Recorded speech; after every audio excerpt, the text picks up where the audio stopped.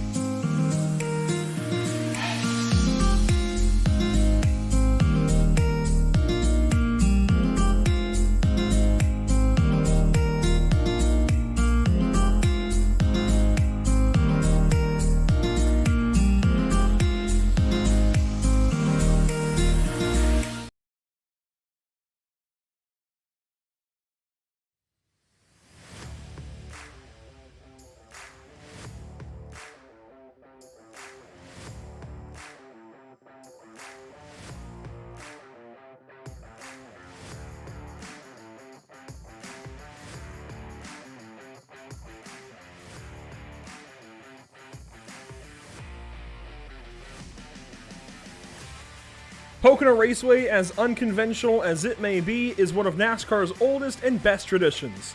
3 corners, all borrowed from other tracks, make up the 2.5-mile tricky triangle, and strategy is always a must in order to best it. Race 3 of the Old Fart Sim Racing Next Gen Series brings us to Long Pond tonight, and we are along for the ride. Hi, welcome to PitStop TV, the virtual Long Pond, Pennsylvania. I'm Andrew Cardinale IV with Justin Erb alongside. Firstly, of course, we're filling in this evening for HBR TV, so shout out to Steve Singer for allowing us this opportunity. But we're only 2 races into this 10-race season, Justin, which means we're far from crowning any kind of champion. That said, if tonight were the finale, we'd be hard-pressed to find a favorite just by looking at these standings that see just 9 points separating the top 5, a total of 18 points separating the top 10. Things are very, very tight within this top 10 going into round number 3 of, again, only 10 races. This is how tight things are. Yeah, it doesn't matter whether it's the first or last race of the season. You really need to be consistent throughout your whole run, and what a track to have round 3 on with the tricky triangle here. It's very hard to get around this track consistently enough, and it's going to be a challenge for these drivers to come out of here with good points.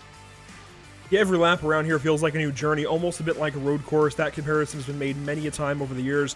Down into turn 1, we'll see some downshifting, possibly in turn 2 if the pack slows up enough, but turn 3, I think we'll definitely see these guys down into 4th gear trying to use that extra gear to just get that little bit of extra speed up out of the corner. We'll see how these guys attack things, and of course how they go through tire management, fuel strategy, and all of the such. Ed Latterell leads the standings. You see Corey Gray there in the 2nd spot with his win on the season. I'm going to go with Klapinski for position number 18, car 78, who is here this evening and is just now turning his first lap on the racetrack in practice. 38 points out of the lead. So he's got some ground, even though he won last week. He's got some ground to make up if he wants to contend for a championship here for the Old Farts. And we've been talking about it since we first mentioned Old Fart Sim Racing at Pocono as one of our upcoming broadcasts. I can't get over the name. I love the name. These are some of the older guys on iRacing. If you don't know, if you're from one of our normal streams, I say normal streams, one of our, I guess, usual streams, tuning into the Old Farts for the first time, this is a group of older guys on iRacing that are just out here having some fun. A little bit exclusive, but I like that. I like that they have their own kind of group here, their own kind of league going. It is very, very cool. Let's talk a little bit about Pocono Raceway. Now, there's 2 ways, in my opinion, to look at this place. And the most important one to me, and the one that I subscribe to, is actually this is a 5-corner track. There's 3 corner zones, if you will, but 1 and 3 turn you around more than 180 degrees, which in my book, Justin, mean those are 2 corners apiece. And on top of that, turn 1 here at Pocono is turns 1 and 2 from Trenton. Turn 2 here at Pocono is turn 1 or 3, I should say, from Indianapolis. And turn 3 here is actually turns 3 and 4 from Milwaukee. So I would say it's 1, 2, then 3, then 4, 5, personally, but I know there's some different ways of thinking about it. For sure, and alluding to what you said, where this track can be related pretty closely by some drivers as a road course. It really does. Each corner has its own banking degree, and it's very difficult to keep that in mind while you're, say, racing for position or trying to save your tires throughout a run. It's very, very difficult, but I absolutely adore this track. I did this for MPI, and I'll do the same thing here where I can actually draw on the track map. We're going to make that a 2. It doesn't really look like a 2. We'll mark out that 2, make that a 3. We'll mark this one out. That is a 4. That is a 5. It's difficult to draw letters with a mouse, but that's my illustration as to the corners here at Pocono. I love that debate, though, just hearing other people's points of view on it. Let's talk about the schedule. As I mentioned, we're in race number 3 this evening, Pocono Raceway. Last week, Texas. The week prior was California. Next week is Kansas, then Las Vegas to wrap up the month of August, all the way down to Charlotte Motor Speedway to crown a champion here for the Old Farts on October 5th, 2022, and some tracks in between. If I were to pick any track on this schedule that I think I'm most excited for, it probably is Charlotte, actually. Seeing how the Coke 600 went earlier this year in NASCAR and seeing how iRacers have been able to tackle that place with this new next-gen car, I think Charlotte actually stands out to me. But Pocono, I think, is a fantastic one for us to be here for. We had a lot of calamity here for MPI and Outlaws here on our channel on PitStop TV, and I'm excited to see how these guys are able to fare here if we have a little more green flag racing potentially. Only 25 cars here tonight, so a little bit of a smaller sample size. We'll see if that changes anything. Yeah, but with a smaller sample size can come a lot more chaos. But I'm looking forward to just seeing how these guys run. I'm excited for it. It's gonna be a good night. Cars are on track for practice, actually wrapping up practice. Here's a look at Michael Martin in car 77. Trent Ringler on track as well in car 22. How about Razor Cut in car 47, position number 11 on track.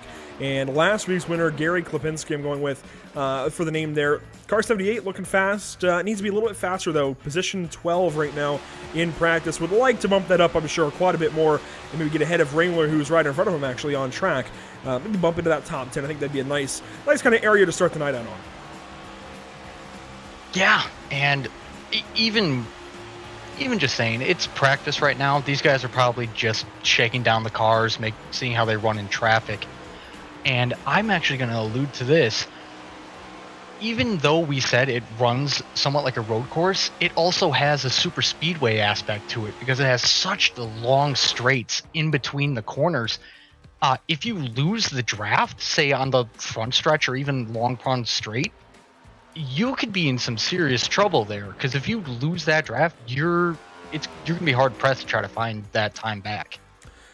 Gary did just move up into the 7th spot here in qualifying. Here's a look at Joseph Green in the friendlies, number 42.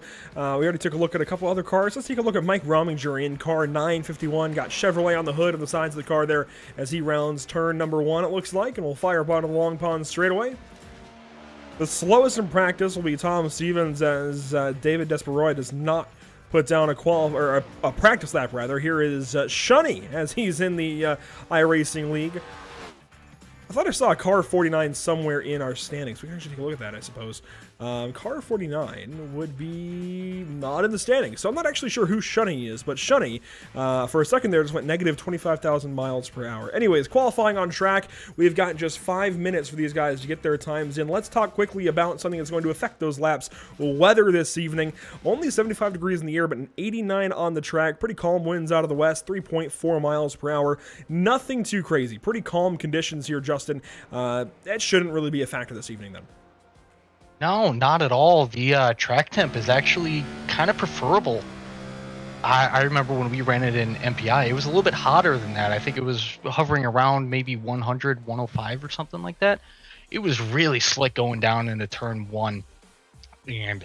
But with the 89 track temp, I think it's going to be fast and hard racing for these guys.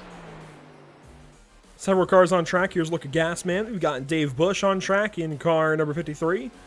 Michael Howlett went second last week at Texas Motor Speedway in car 33. We'll see what he can do with the Cookie Monster Chevrolet.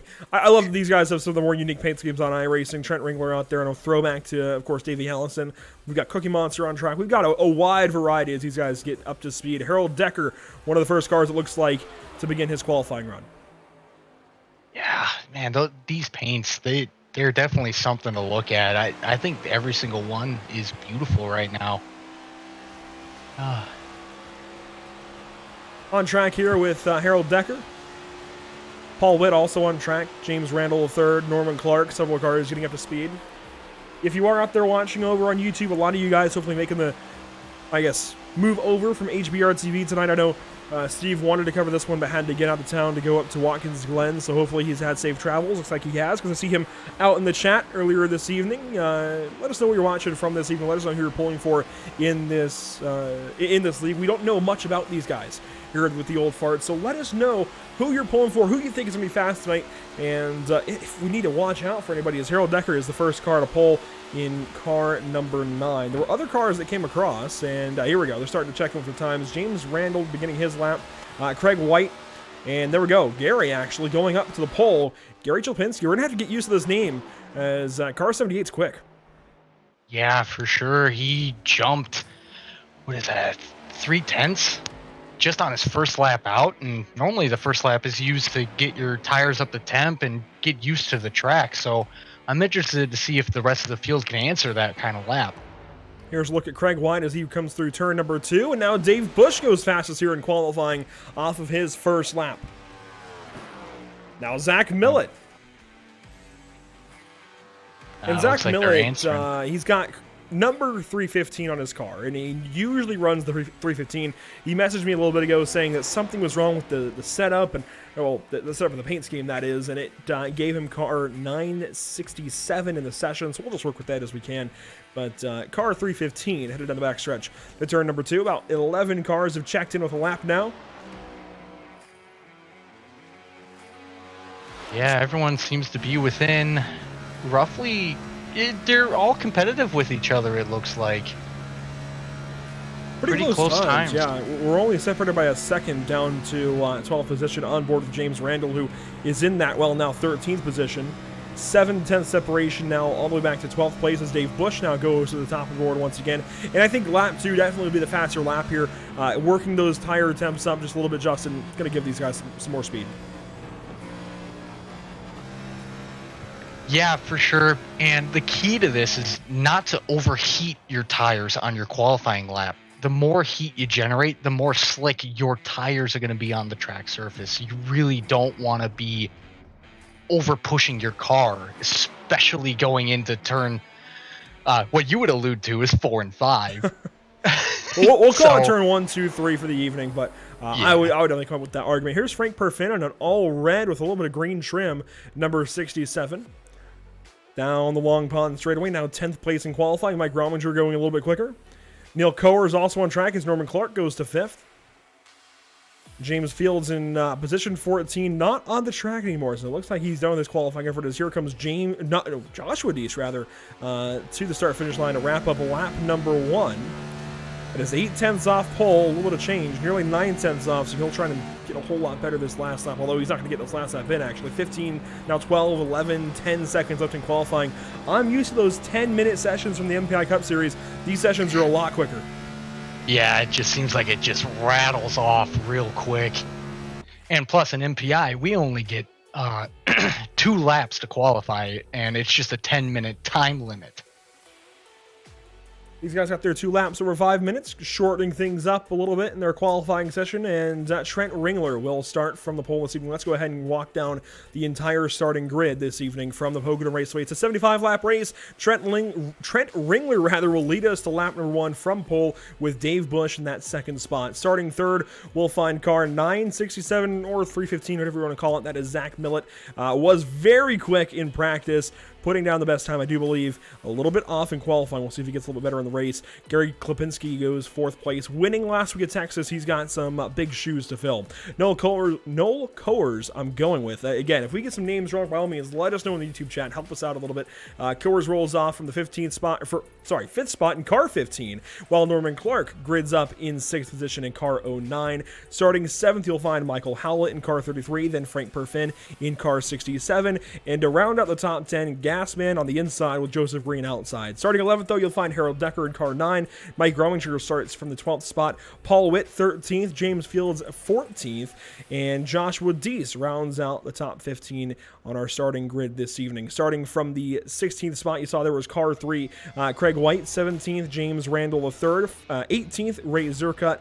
And around at your top 20, Corey Gray and Brad Allison in your top 20. Corey Gray won the first race of the season back at Auto Club Speedway. Watch out for car 29 from the back of the field. Starting 21st, you'll find Michael Martin in car 77. Alan McEwen rolls off 22nd. And your back 3 on the field, Shunny in car 49, Tom Stevens in car 30, and David Desperoy? I'm not totally certain. Desperoy will say in car 76, starting from the 25th position. Is there anything, I guess, Justin, that you're particularly watching for this evening? Personally, I always think of strategy here at Pocono, but it's only a 75-lap race. We shouldn't actually see too much variation, I don't think. It's going to be cut and dry, pit when fuel's out, and maybe try and actually cut this race. It's probably just on the verge of a one-stopper. Most likely, what I'm most interested in seeing is how these guys come out of this start, like aggression-wise, because it all alludes back to the qualifying run. You don't want to overwork your tires super early in the run, otherwise you're not going to have anything towards the end of your fuel run, and you might have to take tires. And depending on how quickly oh, I'm sorry. Hold on. I'm stumbling over words. Depending on how much you push at the beginning determines how much you can push at the end. Push too much, you're not going to have anything at the end. But if you save your stuff, you can probably make a hard charge towards the end of the fuel run and see where you can end up at. These guys working down the Long Pond straightaway down to turn number 2. The first time was a full grid, and again, that weather, it's not going to be too big of an issue. 75 degrees in the air, 87 on track. Nothing too crazy. We've seen far, far crazier temperatures before, including for the MPI Cup Series, as we've seen some hot races over there lately, but it's going to be a calm day for these guys on track, which is, I mean, this is prime racing conditions. This is exactly what we're looking for a good day of racing here at Long Pond, Pennsylvania. Again, it is a 75-lap race. These guys getting ready to go for, let's see, 75 times 2.5. That's somewhere in the range of 187 miles here. At actually, I guess, anyways, 180 or so miles here at Pocono. Going to be a lot of fun. Let's see what these guys can do down to the Geico restart zone for the first time. It's not a restart; it's a start of the race, but it's always so important to follow those restart guidelines newly set out by iRacing, and into that start zone for the first time. Trent Ringler, Dave Bush, your front row. We are racing at Pocono.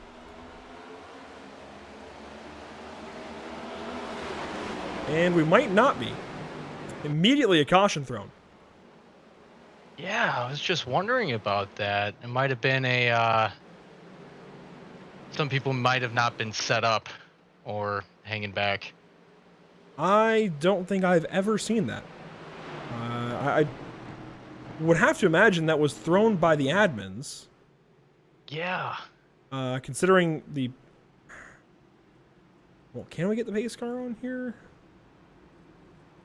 Yes, pace car is on track, so that's at least good news. Sometimes those starts right at the start-finish line would cancel the pace car. I'm very genuinely confused by this race start, but I'm sure they'll get things lined up and get back after it here in a moment. I don't think there's anything even for us to go back and replay. I mean, Shiny started from the pit lane, but that wouldn't have had anything to do with bringing out a yellow. I just think maybe... No, and nothing really... No one checked up. There wasn't a wreck on the initial start. So I am completely perplexed about this. This is definitely a unique situation. One that I again, have not seen before. Here's Shiny on the pit lane. And you can see that the field is, you can barely see just over the pit wall. The field is coming down to the green. The pace car comes into the pit box, or well, pit lane anyways. He fires up. These guys get going, and immediately there's a caution flag. That is a new one for me. Yeah, that is odd. I'm sorry. Who was that in the pit lane? That was Shunny, car 49. Let's go back here. Let's watch the flag stand. Watch the green silk in his hand. That is very much a green flag. And as these guys get down to the restart zone, when does it change to yellow? Right there. As they get to the start-finish line. Yeah. That is odd. It was definitely an admin caution.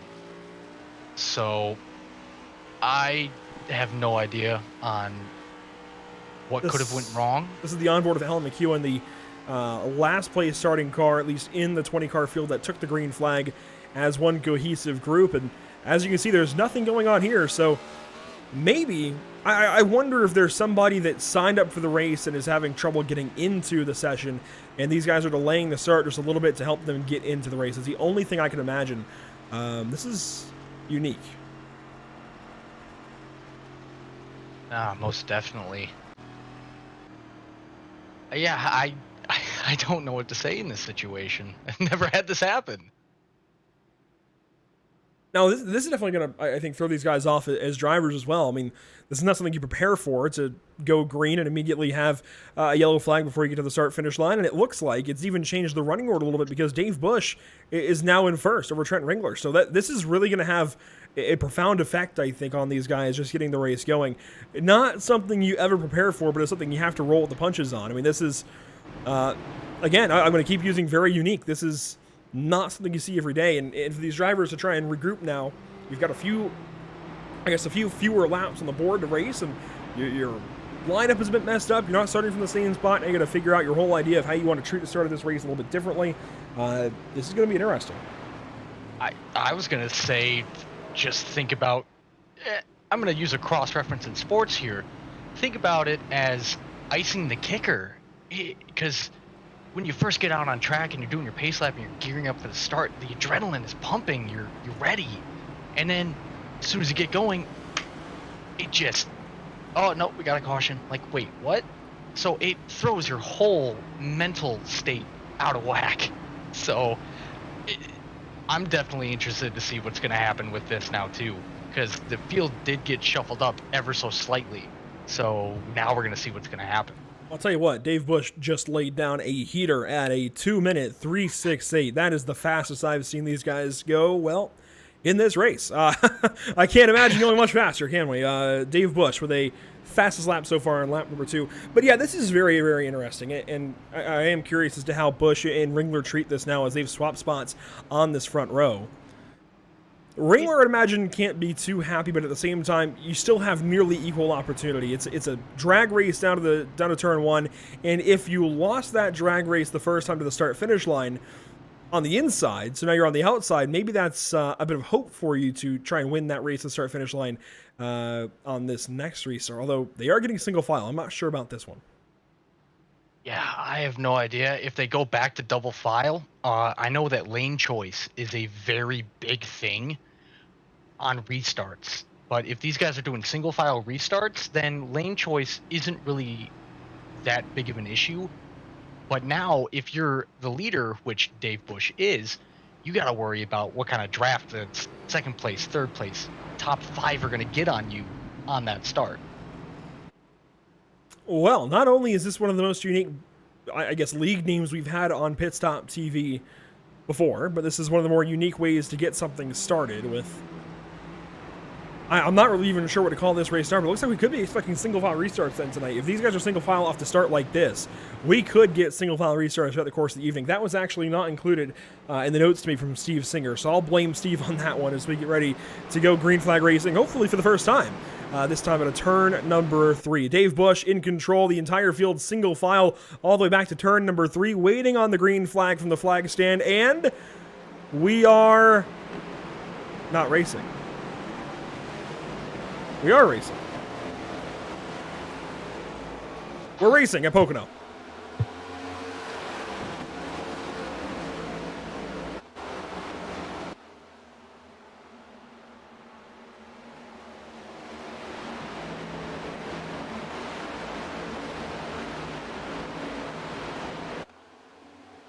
Down the long pond, straightaway, Bush in control, Ringler second, Millet, Klopinski, and Decker your top 5 as we go down to turn number 2.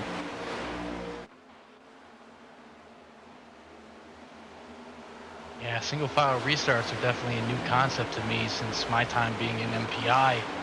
Seeing how these guys react to it is definitely something.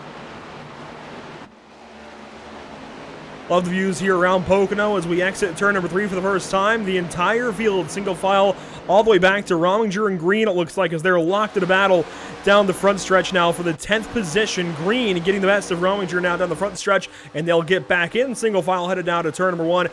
Decker, that first time through at speed, fastest from the 5th position, drafting here with the 78, who won last week at Texas. And Joseph Green now slow on the outside, losing spots. Yeah, it's all about that lane choice in turn 1. It's later in the run, maybe some guys will pop up to the high side, or some people will try to dive it down in the low side. It's, like I said, it's a tricky triangle to try to tame. A little bit of alliteration there for you. So seeing how these guys are going to play out the run is a very interesting prospect to me. Slow car again here, Joseph Green in trouble. Down now to 19th position and losing a lot of spots. He was racing for 10th on the front stretch. I'm not sure what's happened to the 42 car since. Did he get into the wall out of turn 2, or did he have a little bit of help? I don't see any damage on that car. Yeah, I don't think he's been in the wall at all. Maybe just trying to drop back and get out of the battles up front. Falls back to the 20th spot back there with Shunny and Alan McEwen. Further up, though, inside the top 3, you got Zach Miller and Gary Klipinski. As here we go, Dave Bush has company from Trent Ringler now, and Ringler's going to have that spot down to turn number 2. Yeah, seeing these guys fan out on the long pond is definitely amazing to see. Seeing how these guys are going to try to break the draft going into turn 2 there to help get any advantage they can, because the straights are so long. Through turn number 3 now, I see one car looking out of the inside. I think that was Perfin maybe. No, that might have been Howlett. Well, it was somebody down on the inside anyway. He's looking for a position and not finding it just yet as we complete lap number 6. And we're assuming this is a stage-free race. We didn't get stage info pre-race. Assuming we're racing 75 laps straight through, that first yellow, Justin, is really going to put the end of this race within reach for just one fuel stop. That's going to make this a lot easier on these guys strategy-wise, which means they can race a little bit harder now. Yeah, for sure. And I'm always going to allude to it probably throughout this race. Seeing what these guys do at that fuel stop is going to be something of a mystery, because you could gain so much time by just taking fuel. Actually, no. If you run it low, you might as well take tires at that point, because it takes about the same amount of time to fuel the car up as to put tires on. So maybe some people will come in early, short pit, maybe cut the race in half to try to gain a little bit of spots here and there. While we ponder that, Dave Bush trying to keep pressure on Ringler, but Ringler starting to walk away a little bit out of turn 1. Ringler up the racetrack and got real close to that wall. You can see he got the power down, was confident, and then had to back on out of it, and Bush reeling Ringler back in at the Long Pond straightaway. They'll set up for turn number 2, and that big turn in from Dave Bush. A little bit of aero wash now, trying to follow that 22 car. Ringler pulls back away out of turn number 2 down the north straightaway to turn number 3. 3/10 into turn 3. And they might start to separate even further. Not really much in the way of battles aside from Howlett and Rominger side by side here for the 9th spot. Rominger inside, that is James Fields behind, and Howlett being passed. It's going to be a drag race down the front stretch here between these two. See who's going to come out on top coming out of turn 1 here. So far, going the way of Rominger on the inside. He's going to pull down there, right down to that yellow line, now starting to wash up, and that could be what Howlett needs out of turn 1. As you can see behind, Paul Witt gets clear of James Fields in turn 1, so that Toyota Camry moving up a spot, as Rominger will have to give up that pass attempt for now and have to worry now about the 429 closing in behind. Yeah, and that's sometimes the risk you got to take when you're trying to pass someone. Battling always slows both of the cars that are battling down, so it allows the pack to catch up. So I'd say we should probably keep a decent eye on this pack of 5 here, heck, even 7, because I see the 2 in the back over there. It's going to be interesting to see if these two continue battling. Paul Witt getting ahead of Corey Gray. They were all over the place out of the corner. Saw Corey Gray looking to the inside for a moment. Gray in the 12 spot, won at Auto Club Speedway to start the season off, is now looks like Howlett has more company to his inside.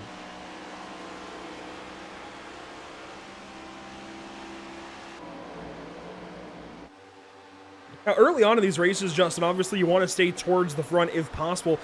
As these groups kind of separate, and as you get different packs around here, I think it's going to become more and more important as the laps wear on to actually stay in the group at the front of the race. You want to stay up there with guys like Perfin and Coors at the very least, higher if you can. But I do fear for these guys getting stuck behind the 33. If they are truly faster, they're going to have to make up a lot of time. They're getting separated at this point. Or at least find a way to help each other out and gain lap time, like here and there, because two to three cars, even 5 cars in a pack can catch the ahead pack if they're working together and not trying to strictly defend or attack. Because if you do either of those, you're gonna be worrying about the guys behind you, not what's in front of you. On board here with Howlett from the 9th spot, looking back at Mike Rominger in car 951. A little bit high out of turn 2 goes Howlett. That's going to open the door maybe for turn 3. And Mike, I think, will say, nope, we'll wait a little bit and wait for that opportunity to come his way. Now he pulls out to the inside. Big move there as Howlett's up the racetrack, and that's going to open the door big time, and that should be a spot gained. That's yet another drag race. The Highline has the run there. We're going to see what happens. Again, going back into turn 1 with these two. Rominger down to the inside, right in that bottom lane, painting that yellow line through turn 1. Trying to get this spot finally on Howlett, and it's just not going to happen. I'll tell you what, we have one heck of a battle for 9th place right now on lap 12. Yeah, it's going to open it up to at least the car behind them. What is that, Gray? Yeah, Corey Gray in car 29 back there is the Culver Chevrolet. You've got James Fields and Paul Witt in this group as well. 5 cars at a line from 9th down through 13th. Yeah, this is turning out to be a great battle as we're closing in on, what is this going to be, lap 13? These guys are just having a lot of fun out there, but I mean, for these guys that we're watching right now, I'd be a little bit worried about how far these guys ahead of them are getting away from them, because the gap's opened up to about 2 to 3 seconds. Rominger with another move in turn 1. Howlett trying to defend, and nosing ahead for the moment was Rominger. He might have it down in turn 2. I think this is the farthest up the inside he's been in a while. Into this second corner, we'll see if he can do anything. The high side in turn 2 is definitely a lot more slick than the inside. It's not the preferred line there. We're going to see how it plays out. He might finally have him this lap. That was a really good corner for Rominger, and he's getting a push now from the 429. Paul Witt pushes him on by, and yes, those two finally get by the 33 car. So now that's James White's problem. See if he can get by. Or James Field, rather. I don't know where I got James White from. James Field's going to try and battle there with Howlett. Yeah, and getting that help definitely helped him out to get down into turn 3 there. And now it looks like he's going to be challenging again into turn 1. Paul Witt makes easy work of the 33 with help of Rominger, now trying to pass Rominger. They'll work down the Long Pond straightaway. One car way down to the inside. Looks like that might have been Gasman back there. Or even Joshua D. It's hard to tell from there. Yeah, for sure. And I'm sorry if I don't know many of the guys here, because I'm looking at the screen here, and what you're saying doesn't add up to what the car numbers that they have are. So I'm a little bit confused. Rominger on the 951, still hanging on to this 9th spot. Witt in 10th. Howlett 11th. Corey Gray 12th. And James Fields actually being passed up by Corey Gray. We thought maybe he was going to battle with Howlett for a moment. Now starting to fall back as Gasman pulls down to the inside of the 13 car. Takes a look to the inside of that Ford Mustang. Just might get the spot this lap. Let's go back towards the front as Gary Klipinski moves in on Dave Bush. These two starting to maybe have to work together. as they start to lose touch with Ringler just a little bit. Now, Busch has been within a few tenths of the 22 the entire race, but as this race has worn on, Lipinski has gotten closer, and Busch has not been able to close back in on the 22, and that's important. You want to be able to get up there and battle. You want to wear that 22 car out if you're trying to pressure him. That is absolutely right. It's just with these next-gen cars, they're more, I want to say, a little bit more aero-dependent about what goes around with the car. It's definitely, to me, it's a little bit more sensitive. And especially with the new ground effects kit and everything, just a little bit of aero that's not going over your car is definitely going to upset the balance a little bit.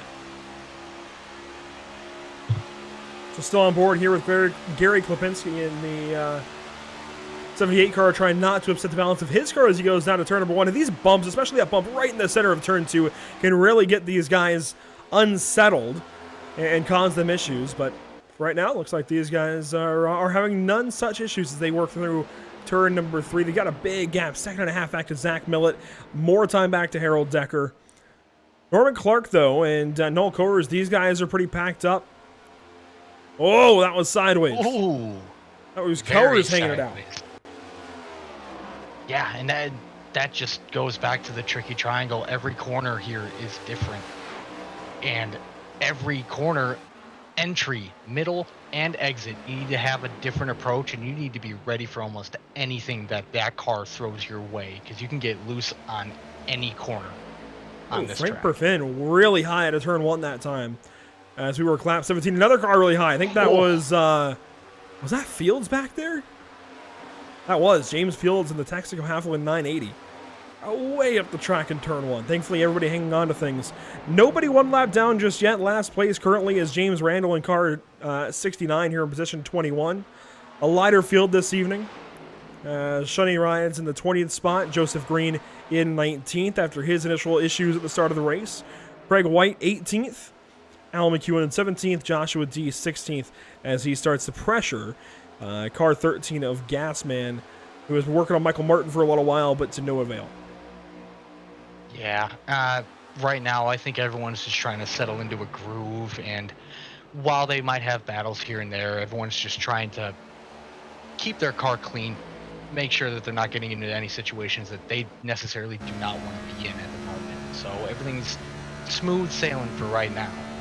On board here, that was Storm and Norman Clark chasing down Noel Coers.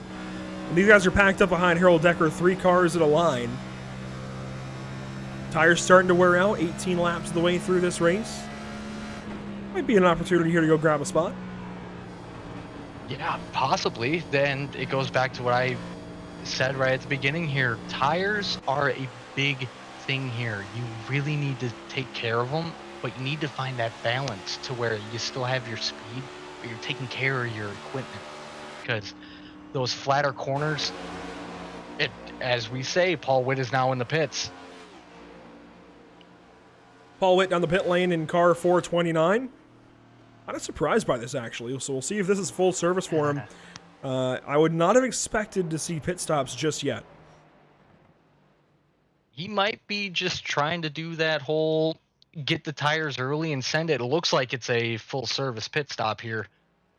I think yeah, found the if he is going for a 2-stop strategy, this could be an interesting move now to undercut a little bit extra and get new tires, run faster than those guys for a little bit. The only concern I have then is he'll be running slower than guys who are in a pack. He's not going to have any draft help. You can look behind him.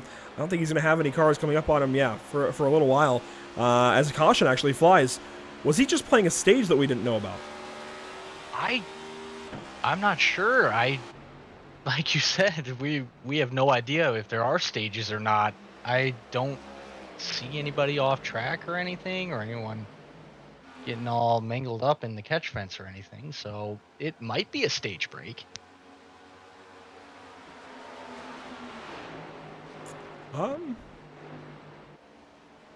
It was an admin caution.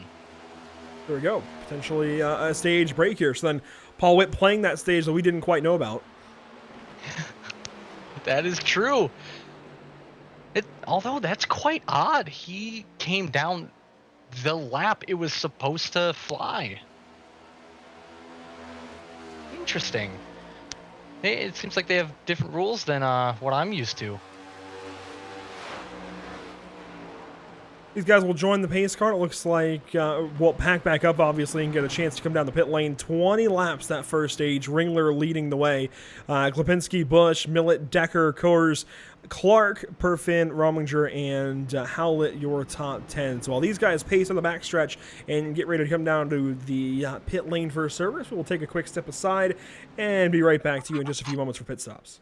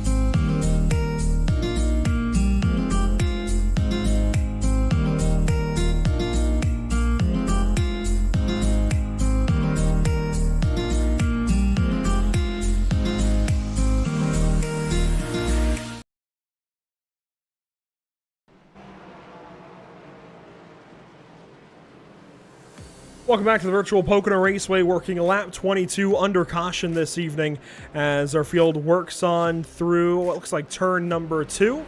Paul Witt will take over the race lead as he stays out after playing a stage that we didn't quite know about. So stage 1 at least completing here at the end of lap number 20. I'd imagine stage 2 then about 20 more laps away. But we've been surprised before, so we'll see exactly what these guys do. We'll play it by ear as we do. And the big thing here is we actually have one more car staying out. Michael Howlett stays out on his tires.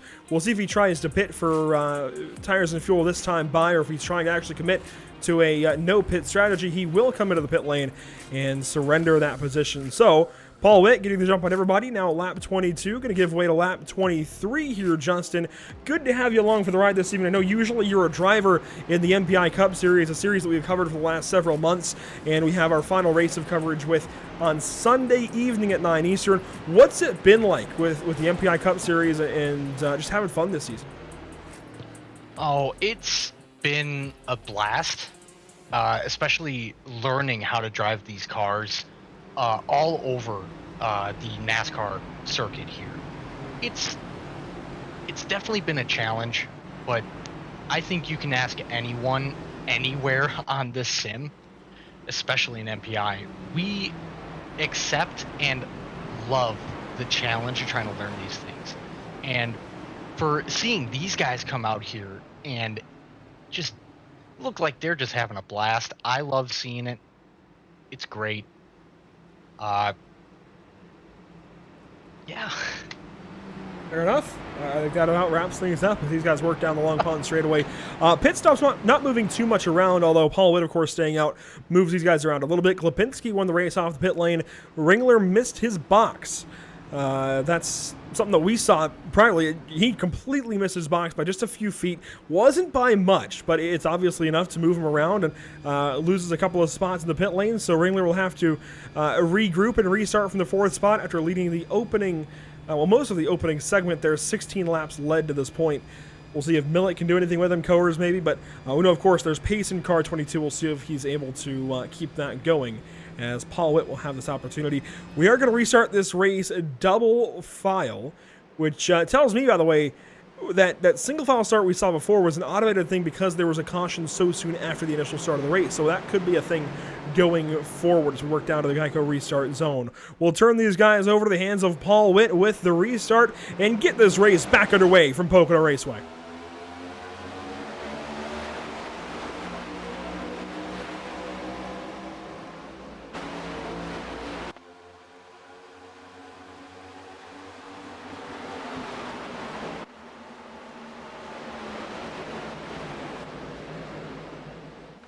Lipinski getting the edge out of turn number 1, but Paul Witt's not done. What a heck of a drive from car 429 down onto the long pond straightaway. No help from behind, though. It's going to be tough out of turn 2 for him to hang on the inside.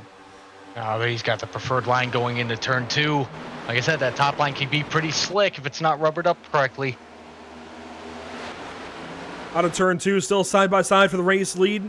Dave Bush gets clear to 2nd, and finally Klipinski moves down in front of the 429, takes over the race lead outright, although slides up the racetrack just a little bit, opening the door for Paul Witt, and there goes Paul Witt now with the race lead once again. Witt's going to lead at the line. What a heck of a run out of turn 3 out of Witt.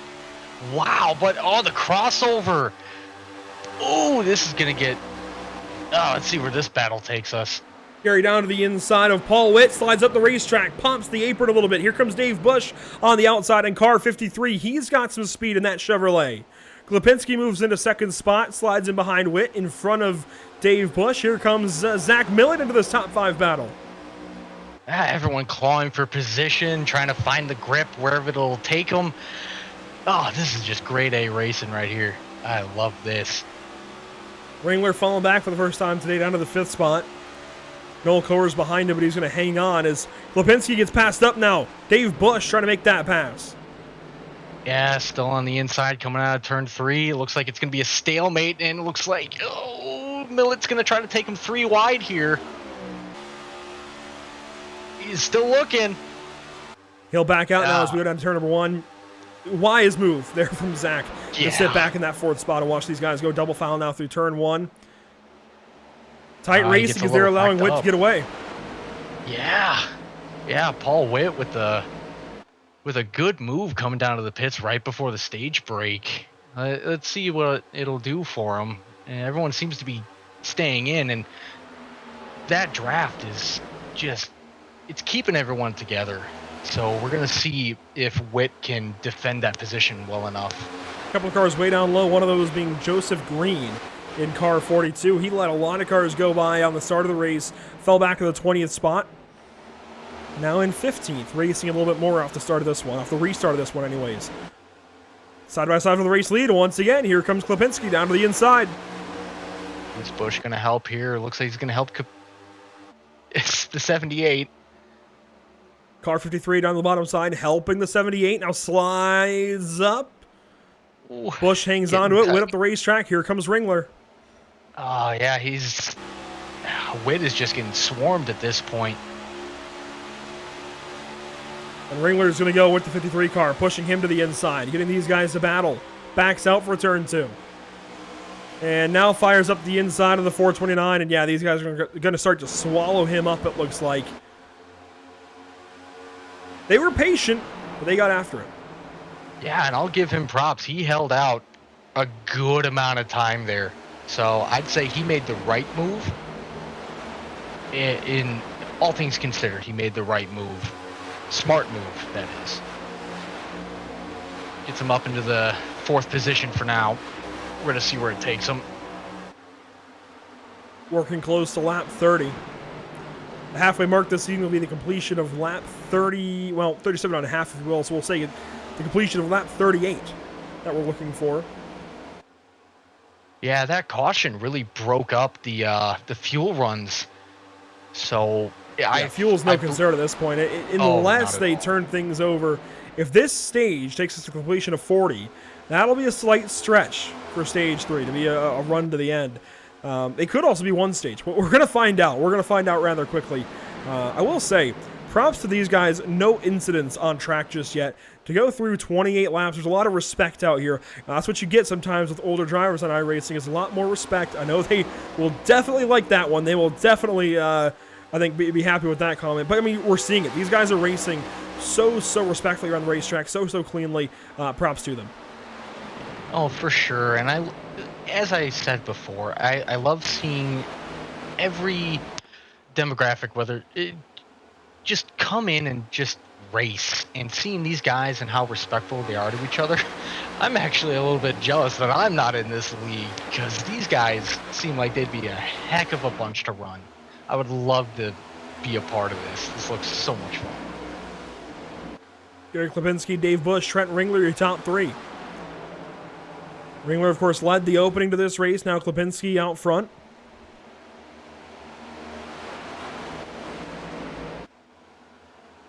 And I will say, anytime you have a race win the previous week, that's going to boost your confidence. It's going to boost your whole ego a little bit. So for Gary to walk in here and start to dominate this portion of the race, obviously put pressure on Bush and Ringler early, but wasn't really making any too crazy moves. Understands this is a 75-lap race, doesn't have to lead until lap 75 if he doesn't have to, or if he doesn't want to, and works his way up methodically. Now has the race lead and is doing a whole lot with it. He's not necessarily pulling away, but it's going to be tough to do that here at Pocono with this Gen 7 package. But showing clearly why he is a reigning race winner and why he's leading right now. Yeah, and you gotta, in the back of your head, you gotta think, well, how hard is he really pushing to keep that lead? Because anything can happen over a course of a run. Someone could burn their tires up or make the smallest mistake, and that'll open the door for the guy behind you. You just don't know what can happen. So consistency and making sure you're not using up your stuff. That's kind of the key to victory here. 4 laps led so far for Gary Klipinski in car 78. Paul Witt still in the top 5. He's hanging on to 4th spot. Noel Coer's 6th. Harold Decker 7th. Michael Martin in the 8th spot. As actually, Rollinger has moved into 9th and is pressuring that 77 car and the 9 of Decker as they roll nose to tail through turn number 2. A couple of Ford Mustangs we haven't talked much about yet, Justin, as they ride in 7th and 8th. Very quiet so far for cars 9 and 77. Yeah, sometimes being quiet's the best shot you got. Up 4 spots for Decker. Up 13 spots for Martin. That is huge. Oh, very huge. Holy. Yeah, sometimes the quiet ones are the ones you got to look out for. The ones who don't make a fuss. That downshift into turn 1. You can hear it a little bit. Helps him turn through the corner. Now puts power down. As our leaders are starting to mix things up once again, we'll take a look at them down the back stretch. They were moving around, and I like how multi-groove Pocono has gotten over the years in the corners. Obviously, you'll want to stay in line to the front stretch, the Longmont straightaway and the north straightaway if you can, but through turns 1, 2, and 3, you can really move around. It seems like in each corner, there's a little bit of a different lane you can run. Obviously, turn 2 is tighter. There's not as much variation there, but on the opposite ends of the track, 1 and 3, you can really move around. Oh, yeah. When we ran this in MPI, there were people in lanes 2, 3, sometimes even 4 in turn 1. It was insane to watch. I would never go up there myself, but yeah, multi-groove is great for good racing. And these guys seem to be just mastering the art right now. They are being super clean, super smooth, and again, on top of that, super respectful to one another. Everyone's giving each other room. Noel Coer's here with a fight. He will fall back in behind Zach Millett as they got 2x2 for a moment. Dave Bush had a spot for, he was there. I mean, he was very much there on car 78, pushing him down the front stretch that last time. As now you can see Paul Witt with pressure here from Millett. Zach really trying to get by that 429. I think Zach's got some pace with the leaders. He's just got to have an opportunity to show it as Paul Witt comes off the wall a little bit and will have to give that spot up, it looks like this time. You never know. That Highline in 2, or 1, I'm sorry. Highline in 1 can really give you a good run if you know how to run it. But right now, all I'm seeing is a lot of these guys running the bottom to mid-bottom groove here. But as it's showing right now, it looks like the Highline prevailed here. So Witt keeps a hold of position 4. Things are tightening up for our race leaders once again. Nose to tail, your top 2, Dave Bush waiting for an opportunity.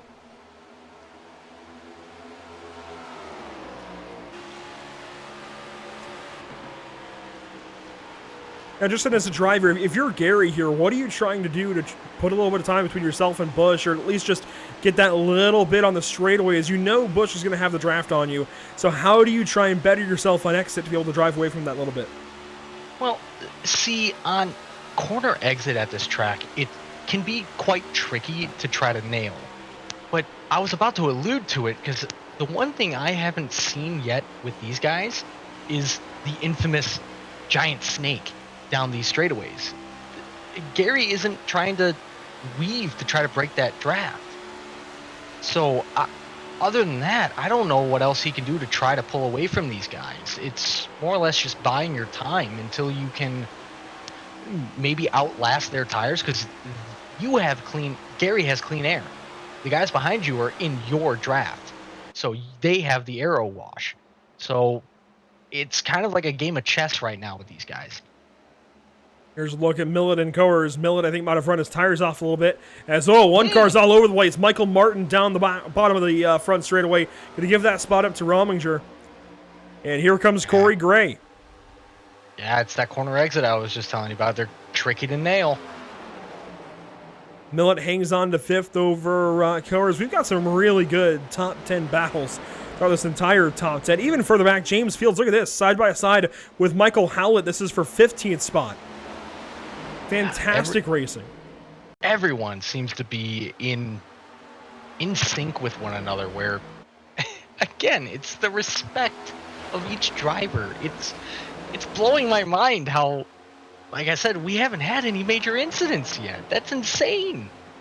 We haven't had any incidents. I don't think cars have touched even once. Maybe a bump draft, and that's about it. As our leaders work out of turn 3, you can see they're starting to slide around again. Ringler up the racetrack a little bit that time out of 3. Here comes Bush. And that's going to be a significant move to the inside. That might be enough for the race lead by turn 1. Bush is going to have it. Maybe not outright, but he's got the nose ahead, and now he takes it. Well, we'll see what the 78 can do on that high line. If he drops down, he could probably get a run on him. He's loose. Which he does. Big loose. Everyone's loose. Oh! Here comes Ringler. Thought about 3 wide for a moment. Pulls it up behind Klipinski. Now to turn 2. The inside of Klipinski and Ringler. Ringler pushes that 78 on by. Side by side now with Bush. Has to hold himself down low. Bush way out to the wall. That time as Klipinski takes over the race lead once again. With Bush and Ringler still being side by side, let's see if Klipinski can really try to pull away from this while they're battling. Maybe these guys are really loose. This is...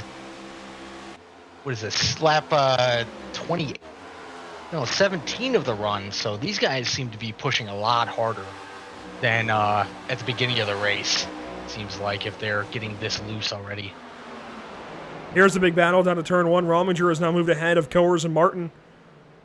Michael Martin putting pressure on that Coors machine, car 15. Martin's just trying to claw his way back from that big incident out of turn 3 there. It's going to be a hard mountain to climb.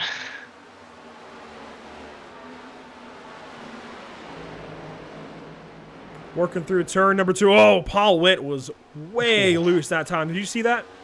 Oh, yeah. Oh, man. Good job hanging on to that car. Rominger now with a challenge from Coors. Here comes that 15. Nearly contact. Oh, and Coors gets sideways. There, that actually could have gotten some help there. He probably had some help. Wow, that was a lot of sideways as Rominger puts pressure back on Witt here for turn 1. Lap 39 of 75. We've just gone past halfway. Yeah. This is great racing. The whole look at our leaders. Right back at it. Here comes Bush with a run. Ringler on the bottom side. Millett in tow. That's the thing I'm watching. I'm watching for Millet here because he's staying right at the sweet spot where draft still reaches him. These guys all over the place. As here comes Ringler on the bottom side of Busch now. Oh, dives it in the turn 3. See if he can make it. Oh, big loose! He keeps getting freer and freer down there. Can't quite hang on. Gives up a lot of time. Here comes Zach Millet. He's going to have a big move on Ringler as Busch is going to put some, well, caution. Never mind. I believe that's our other stage. That was one heck of a race of the stage, though. Man, that was phenomenal. Oh, good job, everyone. That was amazing. So Klipinski takes that stage over Busch, Ringler, Millet, Rominger, your top 5. That was good stuff. Oh, you couldn't ask for anything better right there. Field works down the Long Pond straightaway to turn number 2 to wrap that one up. But let's remind you of where we are in this schedule. Race number 3. And these guys, they clearly have been running with each other for a while, for seasons prior, because they know where each other is going to put the car. These guys are showing they really know how to race. As some interesting tracks coming up then. Kansas, Las Vegas, and Chicagoland. The next 3 rounds, all very similar intermediates. It's going to be an interesting meat and potatoes part of the schedule. Yeah, well, although they might be all similar, each one has a different characteristic.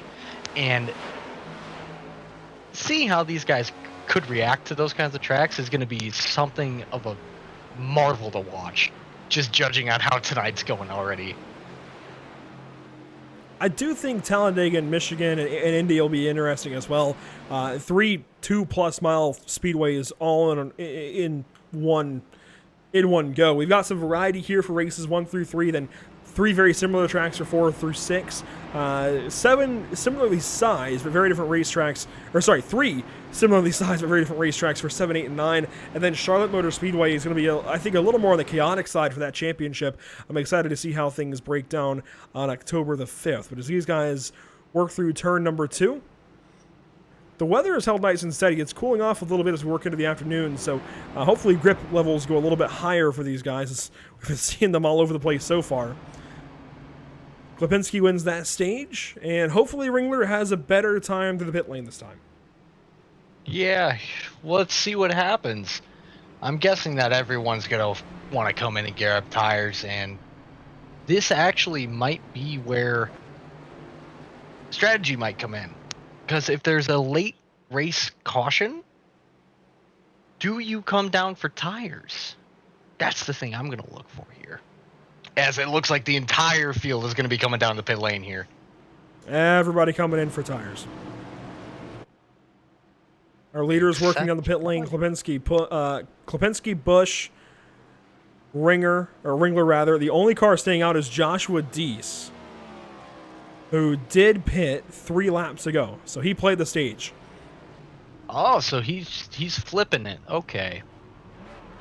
A couple of cars adjusting. I think Klipinski might have backed up. That was either Klipinski or, yeah, it was Klipinski late on the right side of the jacks. So both stage winners, after they come in, after winning a stage, having issues. Down and away first will be Ringler. No competition on pit exit. Oh, that's huge. That is very huge. Klipinski is way down here. Klipinski's 9th after all of that. Oh. Man. Looks like everybody clean as far as pit lane infractions. I don't see any just yet. Nobody all that slow. Shunny's still in the pit lane. Wonder what's going on here. Yeah, very interesting. And of course, Shunny started from the pit lane, so did not take the green flag with the rest of the field. Now it looks like we'll launch and release. Could have just been sitting there looking through a replay of something or doing whatever. Who knows? Or maybe he had a little bit of damage he wanted to repair. Yeah, definitely could have been. Joshua Deese into the pit lane now. He may have actually just taken the lucky dog. I think that's what it was. Oh, I didn't even notice that he went. Oh, was he a lap down? I guess so, because he just took that extra lap, and turns out he is 21st position. So I wonder if him hitting at the end of the race or end of the stage put him 1 lap down, and that didn't quite work out as he wanted it to. Most likely, yeah.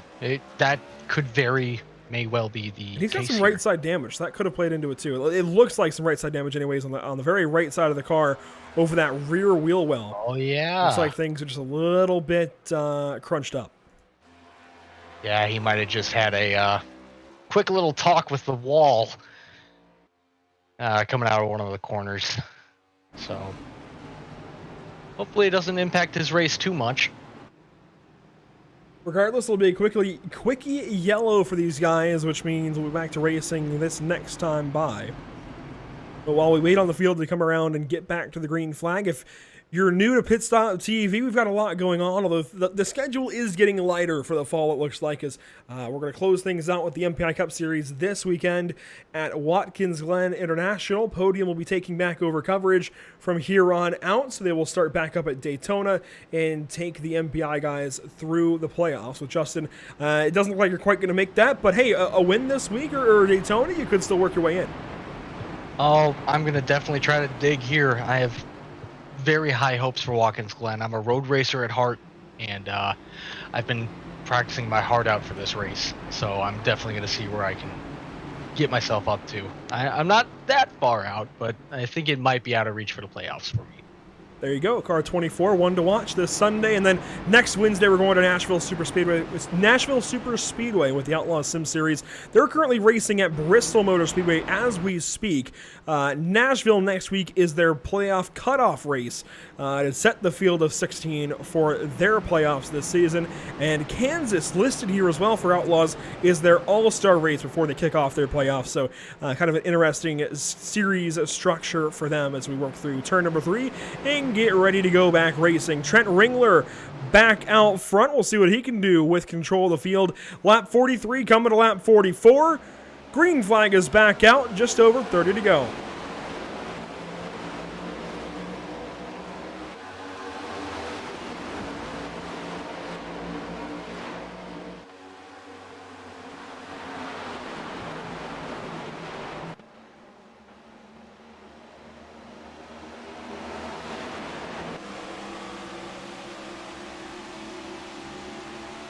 Down the long pond straightaway. Busch with the advantage over Ringler now as we gear up for turn number 2. It's looking like much of the same as we saw on that last stage restart. Everyone is just trying to claw for their own position here. Track position can be really key for all of these guys, especially if we keep getting these green flag runs, and if it goes the way it was, we might be going green to the end here. Coer's way up the racetrack, and he's going to get spun around. Will he hang on to it? What a catch. But somebody else is crashing as he hits the wall now. Oh, boy. Noah Coers did overcorrect a little bit into that pit wall. Yeah, that left there. front's broken. Oh. Michael Martin has parked it, it looks like. I guess you could call that the commentator's curse. Yeah, up the racetrack. Thought he was going to slot back into 5th, and he's got problems. Yeah. Well, luckily for these guys, if it does, to me, his car doesn't look that banged up. So hopefully it's not that long of a required repair for him. Well, that's going to be an 8-minute tow link, isn't it? Oh, is it an 8-minute minimum? I thought it was. I just saw somebody complaining on Twitter actually about how long the tow link takes to replace, but that is going to be a tow link replacement on car 15. Oh, yeah, no, I had one last week, and at Richmond, and yeah, I got it was like 9 minutes of total repair. But I mean, in real life, these things are a little bit more modular than the Gen 6 counterparts. We'll see what exactly happened here for Noel Coers at a turn number 3. Was racing with Klipinski and Martin, and I think maybe a 3-wide situation with these three is going to lead to this first yellow for incident here today. Looks like he comes off the wall, just comes down onto Martin, and Martin takes a big-time hit into the inside wall. Glad they caught the yellow that quickly. That was a very good call from race control. Yeah, for sure. It looked like Coers just taking that top line. He just got a little bit loose once he came closer to that wall, and it just kind of threw him down into Martin there. This will be a good look from our grid drone on the front stretch. Wow, what a hit. Oh. Yeah, that's a heck of a hit there. You can see in the background there just how quickly the pace car was dispatched for this one. Yeah, well done by the admin team to catch it that quickly. And good job for the rest of the field to avoid him coming back out on track. This is the onboard look from Garrett Klipinski.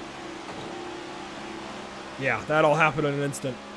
Yeah, no, honestly, there was probably nothing that any of them could really do.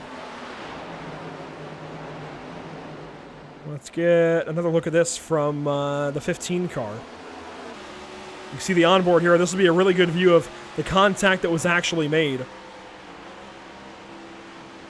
Yeah, see, he's running that third groove up there. Not many people have run it today. And then, wow. Big hit. Massive, massive hit from Martin there. I can't blame him for just letting this car come to a stop and towing. That is a really big hit. If anything, I mean, it might have looked like it even damaged that engine so far that he. Oh, absolutely. That smoke was definitely from the engine. That's all day. He's done for the race. That is. That's just a racing incident. It's part of this track, man. As I keep telling you, the exits of these corners can be very treacherous. And running that third line out of turn 3, that's definitely a hard place to run right now because everyone's been running the second or even the bottom. So the top isn't really rubbered up as much. So it's a little bit tighter. James Fields onto pit lane. And I'd imagine this is going to be for fuel only. Has to adjust in his box a little bit, but actually up on the jacks. This could be an interesting opportunity, actually, to get a leg up on some of those guys. There wasn't much green flag racing, Justin, but it's just enough. If you get tires now, and maybe you have 5 more laps or so, feel like maybe you have the confidence to stay out while other guys take tires, that's a lot of valuable track position. Like, how many laps did we run here? About maybe 40, 5-6 laps? These guys are on a stint of 5 laps, and that's including the yellow flag lap. So not a very long. I mean, that was the first lap that we completed coming around to the caution. Oh, it was the first lap after the restart. Yeah, we hadn't even completed that first lap. We were at the yellow. So the very short run on the tires. I don't know that I personally would have done it, but it's still an opportunity to get off sequence a little bit. And again, if we get a quick yellow again, if more guys follow him, that's going to be track position that he gains potentially. Yeah, maybe. I honestly thought we had a longer bit of a run there. So if it was, taking tires would have definitely helped him. But the first lap after the restart, yeah, I probably wouldn't have done that myself. But hey, one lap could mean the difference here. Heat cycling is a big thing with tires, and he did build temps on that one lap, so try and avoid that heat cycle as Ringler's going to lead us back down to the green flag. The pace car will move back down to the inside and onto pit lane. Lap 47 ends, lap 48 begins, and green flag is back out at Pocono.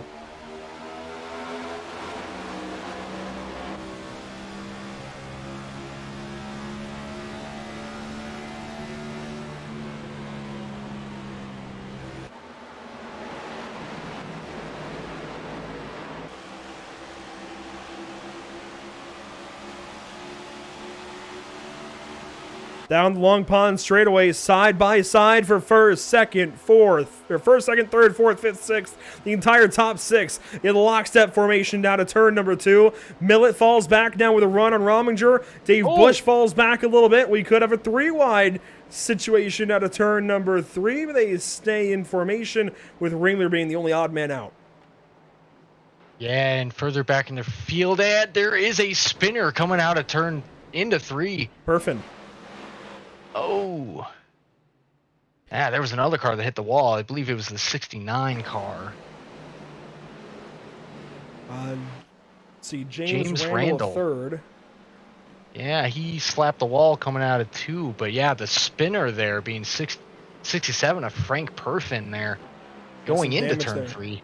Some damage on the side of this Ford Mustang, and back to Perfin and his Chevrolet. He definitely went around for a quick spin, so we'll see. This could be the opportunity the 980 was looking for, by the way, although I say that, and James Fields is now out of the race. Let's go back and see what happened. Yeah.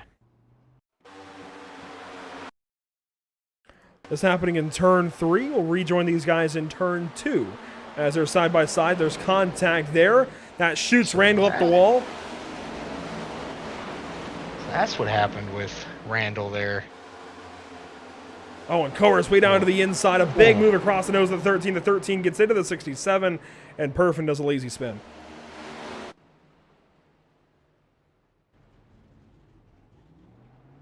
Yeah. One thing to note here, Andrew, I was just going over these info that is available to us, and it does look like that the drivers have 2 fast repairs at their disposal. Yes, thank you for reminding me, actually. That's why Martin is back in this race. He told to get that repair quicker. Thanks for reminding me. These guys do have 2 fast repairs available to them. That's going to change the game for a lot of these spins and little crashes these guys are starting to have. Very quiet first couple of stages, and now as we work to the final third of this race, we're starting to get a little more action. Yeah, I can only imagine it's a 2-stage race, or 3-stage, because it's stage 1, 2, and then the final stage. These guys are just trying to get any track position they can at any point. So it's kind of just put that throttle pedal into that firewall and just go. So I get what they're doing right now. There was that move from Noel Coers, and then you can see the crashing there behind. Gasman got up into the 67, and that turns Frank Perfin around. So there's a lot going on all at once down to turn number 3. And that's how it all shakes out. Looks like Alan McEwen is going to pit along with some others. Noel Coer is one of them. Yes, sir, he is. And it looked like he was taking tires, and he is. So judging that these guys probably didn't take tires on that first caution after that restart on the stage break, this actually could make a difference for these drivers against the guys who have stayed out. Because over the course of a run, it's about 8 to 10 laps where your tires start to plateau here. So these guys having 5, maybe even 4 laps left on those tires itself, it actually could make a very big difference going into the later stages of this race. We'll see as our leaders opt to stay out. It looks like our top 13, including Shunny, who pitted that last yellow, right at the back end of it, will stay out. Our first car to come off the pit lane is Alan McEwen in car 45. Noel Coers followed him, then Gasman, Michael Howlett, Frank Perfin, of course, who spun, Joshua Deese, and Michael Martin will leave the pit lane, although Martin, well behind these guys, was just, I think he was getting a lap back, actually. He's now back onto the lead lap, so big stuff there for the Canadian, finally getting back onto the lead lap here with just over 25 to go. In fact, the leaders will take 25 to go here, well, right there. Yeah, and that's about within finishing distance here, provided that they have full fuel and everything. Oh, yeah, we shouldn't have any concern. I initially thought, for some reason, that the run for Stage 3, about 30 laps or so, was going to be longer. For some reason, I thought it was going to be 40 laps. I did the math wrong in my head. So these guys were pretty well good to go. On a 2.5-mile track like this, if you're figuring off at Daytona, usually you're looking at about 37 laps, 38 laps maybe, even up to 40 in the draft. Here, we definitely should about expect the same. They're well within their marks. That's why you're not seeing these lead guys pit. If they had to pit for fuel, they would have, but also they have this opportunity to save fuel. And Justin, how exactly can these guys save fuel under these cautions? Under these cautions, these guys, I know that a lot of drivers, at least in MPI, a lot of the guys like to keep it in the gear where it's higher so you can do all this stuff. But if you look here in Witt's cockpit here, he's in gear 5. That is exactly what I would be doing to help me save fuel on the final stage of a race. You could do that if you have a button set up. You can actually shut off your car while it's rolling to even save more fuel, Or if you don't want to do that, you can clutch it and just coast. And that's how you can save fuel too. So seeing what a lot of these guys would be doing, I would honestly try to save a little bit of fuel. The field works through turn number 3. We'll have 24 laps to go this time by as we let them loose once again in the hands of Zach Millett. Into the Geico restart zone. Millett leading, Dave Busch outside. Green flag is back out at Pocono.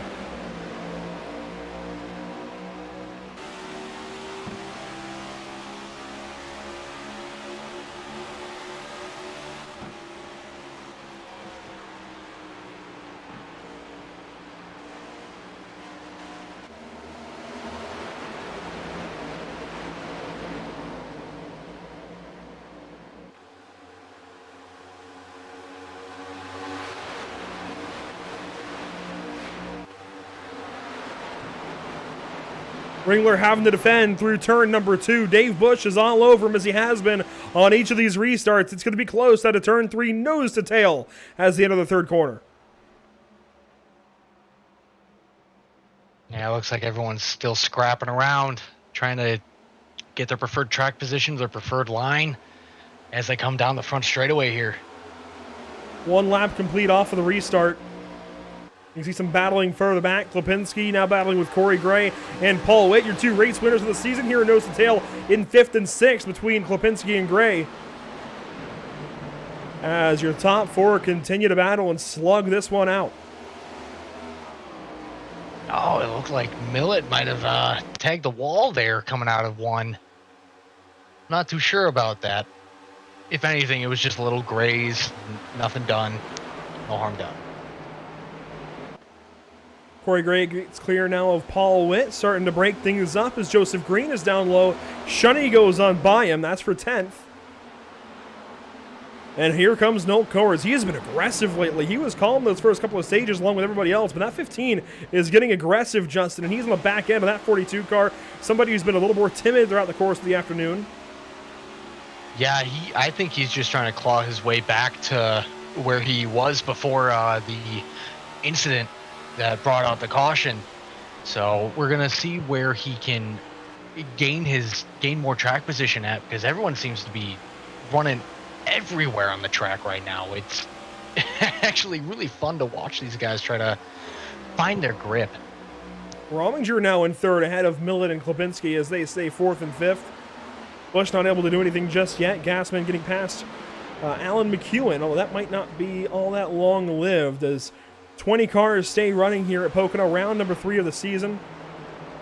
Dave Busch trying to hunt down Trent Ringler for your race lead. And so far, that 22 car, when he's been out front, he's been able to pull away a little bit, something that nobody else has been able to do. So car 22 might just have what he needs. If we can go green from here, I don't think there's any easy betting against the 22 car for 21 laps to go.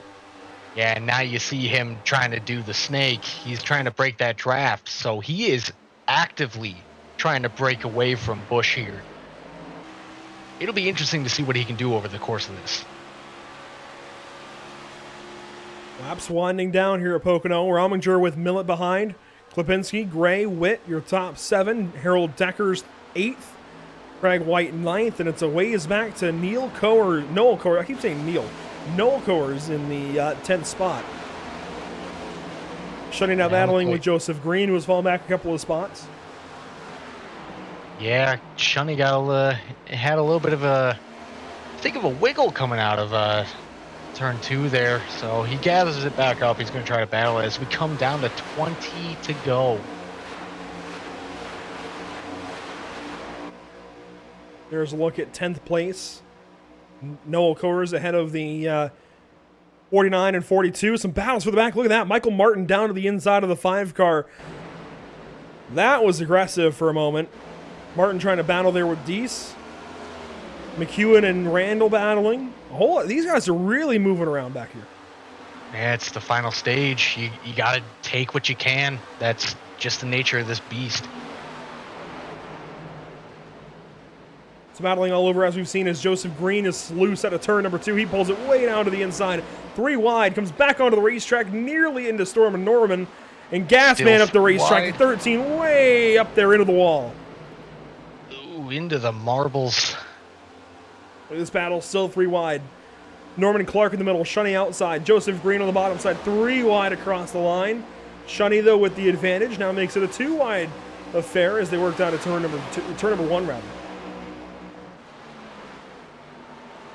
Yeah, these guys are just getting any. Oh, Shunny way up there in the 49. Had to get way out of it. I didn't even notice if he touched the wall or not. Did he keep it off?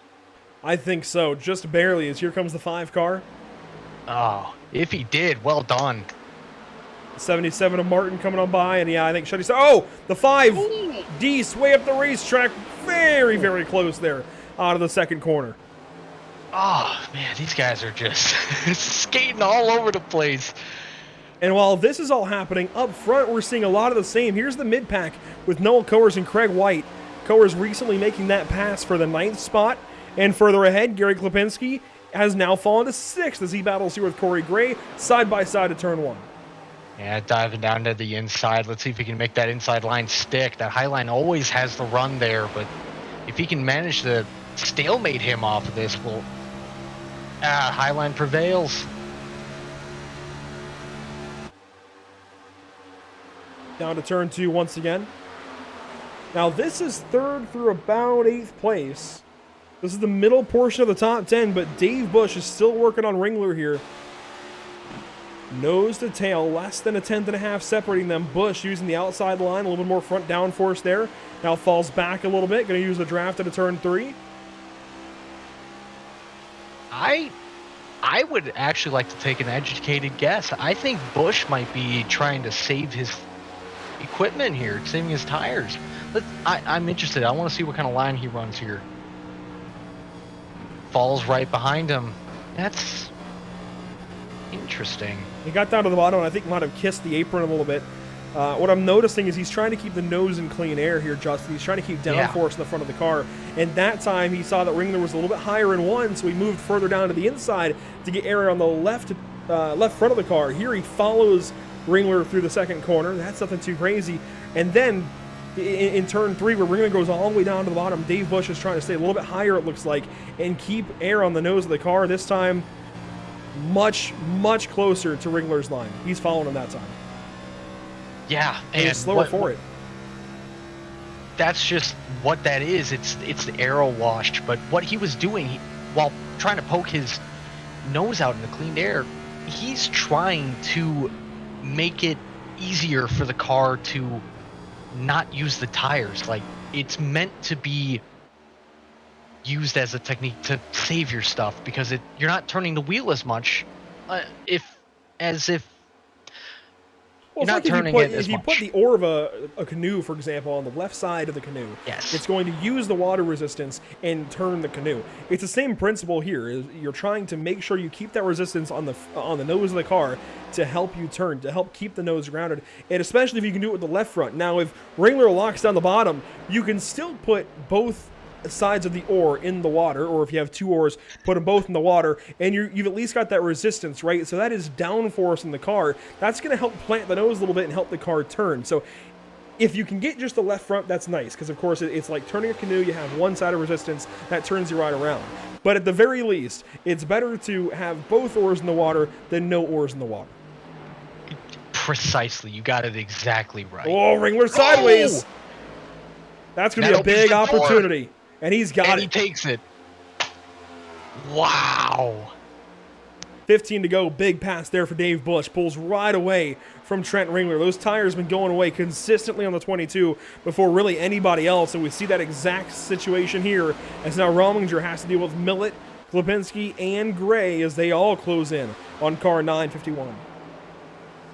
For sure. These guys running in a pack here. It doesn't look like they've really shifted positions as much, so I'd like to think that they're trying to catch those 2 up front, and now with Ringler getting loose out of turn 1, that actually might open the door a little bit for him. Yeah, now only 1.2 seconds or so behind Ringler, and there is a caution. Ooh. Oh, big crash here with Deese and Perfin. Oh. Deese has got a lot of damage. Oh, man. A Perfin's got a whole lot more. Wow. Oh man. Dees takes the toe. Perfin, I think, has as well. Now let's go back and see what happened to these two as they come to a park on the front stretch. And, oh boy, yeah, we saw Ringler get loose that time, and we're going to see a whole lot more of exactly that in this crash. Watch the 5 and 67 as they exit turn 3 here. The 5 gets loose. The 67 gets loose. They both spin. Wow. Oh! And Joseph Green spins, for that matter, as well, into the outside wall, and is going to tear that car up. Oh, he's got a broken toe link, too. 3 cars all got loose at a turn 3 that time, and all bring their races to not necessarily a halt because they have fast repairs, but certainly a speed bump. Oh, for sure. Oh, so, he just didn't turn. He just sent it in there. I don't know if he lost a tire or what. And then on the front stretch here. Oh, wow. Oh, what? Oh, well, I try and figure out. His toe link was broken, so he was fighting that car the whole time to try to get just control of it, is what I'm guessing. And then he just happened to come down into Martin, I believe. Wow. No, it was not Martin. It was Shunny that he got. Shunny, yeah. So Shunny watches these 2 cars spin, Martin and Perfin, and then gets hit. Wow. Yeah, that's exactly what it was. 4 cars, rather, with completely debilitating damage out of this crash, out of this caution as we near 10 laps to go. Let's get another look at things, though, for the 2 big portions of this one. Joshua Dees and Frank Perfin as they exited turn number 3. Just a lot going wrong all at once. Joshua Dees gets followed there by Perfin right into the wall. Wow. I know exactly what happened here. So with the exit of turn 3 there, if you take a lower approach to it, there is a slight hump coming out of it. And that is enough to upset the car and send you spinning. So that's what both of these guys did, because they were expecting the car up top here to do that. So they're trying to avoid them. And this is the result. That's a really big hit for both of those guys. Yeah. Hopefully they have at least one fast repair left, because I'd hate to see them call it a night after this. Actually, Frank Perfin has retired his car. This will be the race off pit lane. He had used both of his fast repairs, and it's a change out front. A 2-tire call for Craig White puts him out front at Pocono with 11 laps to go this next time by. Trent Ringler second off the pit lane, but Shunny, who was a part of that crash, is on the racetrack in first place, and I'm not sure what's going on here with car 49. He's now in front of the pace car. Huh. I'm not sure how he's gotten here, or if he's going to be able to hang on to the race lead. But he's currently scored in first, and there goes the pace car on by. I'm thinking that... Yeah, he's letting these guys go by. Yeah. I was going to say, I don't think you're able to do that if you... Actually, do we know if he towed back, or did he drive to the pit? I'm imagining he must have pitted early, gotten the penalty for pitting on a closed pit, but still sorted out into first until these guys came back out of the pit lane. He's now letting them go back by because he has that penalty, but got that pit stop in. So we'll have 11 to go this time. We'll likely restart with 10 to go. Craig White is the new race leader. And by the pit timer, yes, that's a 2-tire stop, Justin. That is big, big, big, big for car 3 as he gets ahead of Ringler.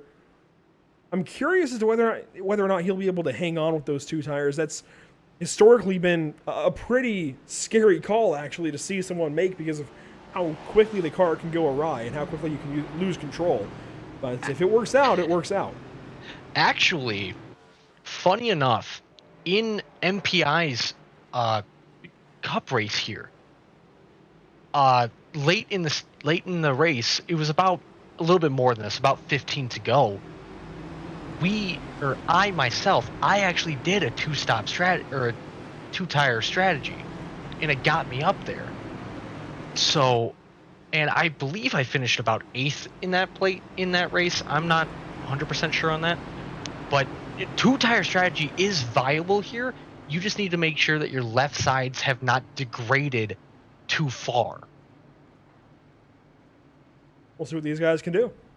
Craig White's going to have the jump on these guys off the restart. He's got control of this field.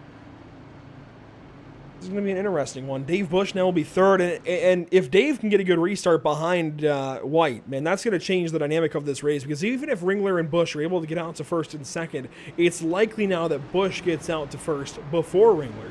He's going to have that advantage being behind Craig White. So if he can just push that 3 car off the start of this race, I really like where the 53 sits for this one. But also you've got Rominger up top in 4th spot. You've got Garrett Klipinski back there in 5th. Millet could still play into this from 6th place on this restart. You've got a lot of weapons still up here. Weapons in a good way. You've even got 7th place Corey Gray, who won at Auto Club. You've got a lot going on in this top 10. A lot of guys who are capable of winning this race. It's going to be an interesting restart to watch here. And the dark horse is going to be Craig White here. Let's see if he can hold it down. 6 cautions. We're working the last lap of caution number 6. 6 lead changes today as well. The pace car leaves the field in the hands of Craig White. Down to the start-finish line. Green flag will fly once more. 10 laps to go at Pocono.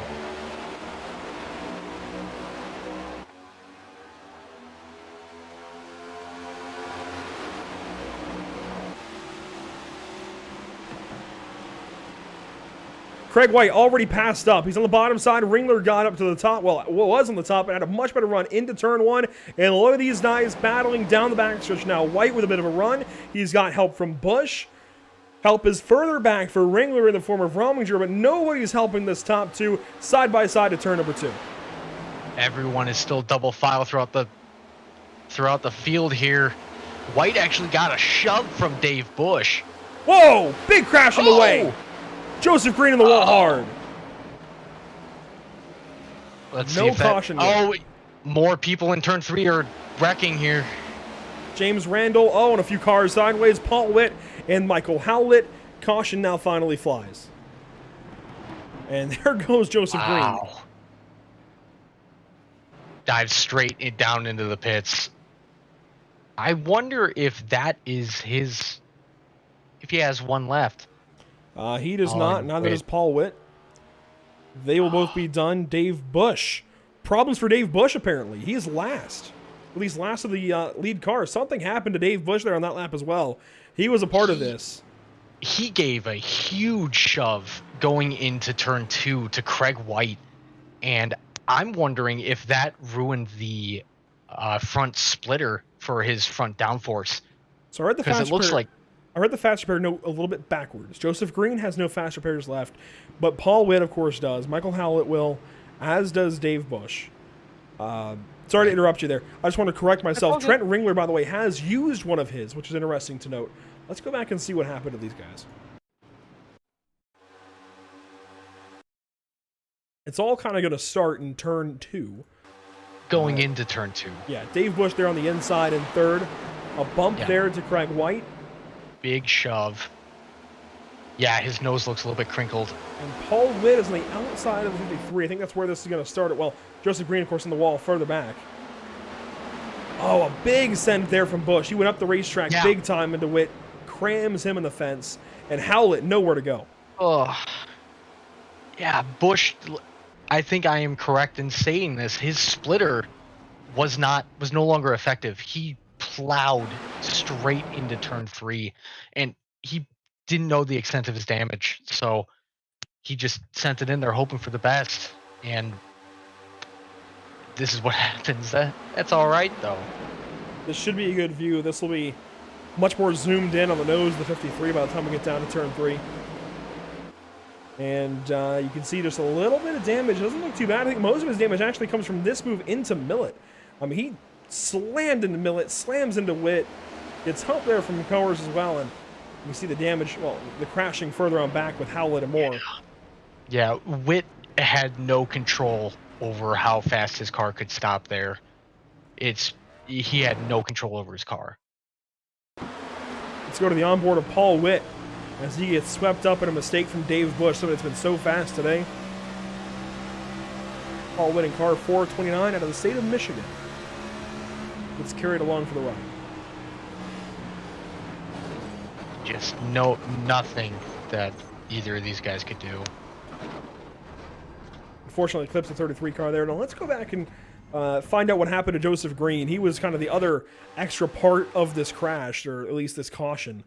And surprisingly, I don't think drew the caution himself. I don't know what happened to the Friendlies 42.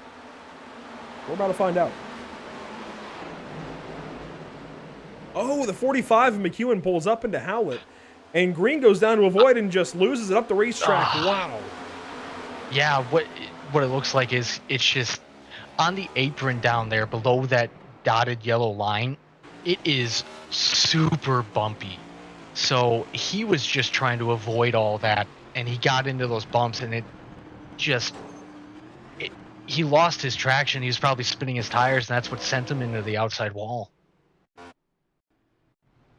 Let's go back and try and get one more view of this for Joseph Green. And, well, that's actually what I wanted to see. He did not quite get the 69. The 69 phased through him for a moment. You can kind of see it there for James Randall. Let's go back and look at it from his perspective. He came, the way Green came across the field, I really thought somebody else was getting involved in this. Oh, for sure. This is a look at it here. Watch the 42 go down there. 42 splits these guys, and here comes the wow. Oh! Wow. Lucky break for the 69 there. This will double the field back up on the back stretch here, the Long Pond straightaway. Will be 6 laps to go at the drop of the green flag for this restart. Trent Ringler, your race leader. Rominger second, then Craig White, it looks like, in third. Zach Millett in fourth. Gary Klipinski will round out your top 5. Corey Gray sixth, then Neil Coers, Harold Decker, Michael Martin, Gasman, your top 10. If you like what you've seen thus far and you're brand new to PitStop TV by virtue of Old Fart Sim Racing, by all means, drop us a subscription here on YouTube and check out our partners here. Whiplash Media Sim Cams, bringing you all the pictures on screen, all the camera angles, along with SimRepMarket.com and Permanent Makeup and Cryo in Maine. And follow us on social media. We're on social media in plenty of places: Facebook, Twitter, Instagram, YouTube, and Twitch. Facebook.com/PitStop TV, Twitter.com/PitStop TV _, Instagram.com/Pit_Stop_TV. We're on Twitch at Pit_Stop_TV, and YouTube.com, where you're watching this evening, /C/PitStop TV 1. 6 laps to go at the drop of the green flag this time through. Waiting on the restart. Green flag back out for Ringler.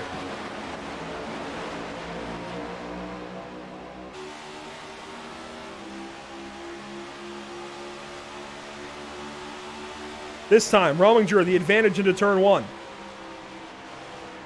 Ringler down to the apron. They both slide up the racetrack. Rominger with the advantage. Ringler almost into the door of the 951. 3 wide out of the first corner. It's do or die time, and nearing the end of this race here, these guys are all just crashing in the back. Oh, Randall in the 5. Deese. Dave Bush is in it. Caution is out once more. Flies. Dave Bush a part of this. Oh. Shunny as well. Yeah, these guys are getting antsy out back there. Let's see what happened here from high above. Watch Dave Bush in the 53. I see that start with Randall and Deese. Those are really the 3 cars that are the biggest part of this. Deese just slams into Randall there. Randall up the racetrack into Bush. And it all carries on from there. Oh, and Shunny's going to be out of this race, it looks like. That contact with Howlett's going to do him in. Yeah, it looks like it. It's quite a shame. He seemed like he was having a good run throughout the whole day, just getting caught up in incidents. Here's the onboard. His data not loading because he started from the pit lane, but the onboard anyway is from Shunny's point of view, and you can see Deese get into Randall at the racetrack, and unfortunately gets hit from behind, and that is a massive, massive hit for somebody that's already used both of his faster pairs. Yeah, and that's just the nature of the beast here. You have no idea what could happen at any point on any corner. So tough break for Shunny there. It's a shame. I like seeing him climb through the field. That's the onboard for Joshua Deese. He's just going to send it on the inside of the 69 car. I appreciate the efforts here, but man, I mean, he slams into James Randall, who goes at the racetrack. Now, he does try and drive out of the spin, admittedly, but then gets hit there by McEwen and does a bit of a spin afterwards, and that'll be it for car 5 in that crash. He at least will carry on, as does McEwen. Now, Howlett should be okay as well. Maybe a bit of nose damage there, but nothing too crazy. And out of all of this, Rominger will now have the race lead. And what I've noticed tonight is we haven't seen lane choice from the leader, so it leads me to believe this is the league that does not support that, which means Rominger is now going to have to be forced to start from the inside lane, where we've been seeing guys get passed up by turn 1. This could go right back in the hands of Ringler, I feel like. Of course, got passed up, sure, and if that had gone green, it would have been a straight-up race for the ages between these two, but now I think Ringler's going to have the advantage somewhere that he's been really good on the restarts. That is true, and I'll allude back to MPI here. If anyone who's been watching PitStop TV for MPI, you'd see that the leader would most likely take the top side. Top side carries a lot of momentum, especially on a restart, and on the restart, momentum is king. So I'm expecting a good battle out of, honestly, everyone throughout the field here. Yeah, sure, there's a few incidents here and there, but overall, this race has been phenomenal to watch. So I would expect nothing less for the finish.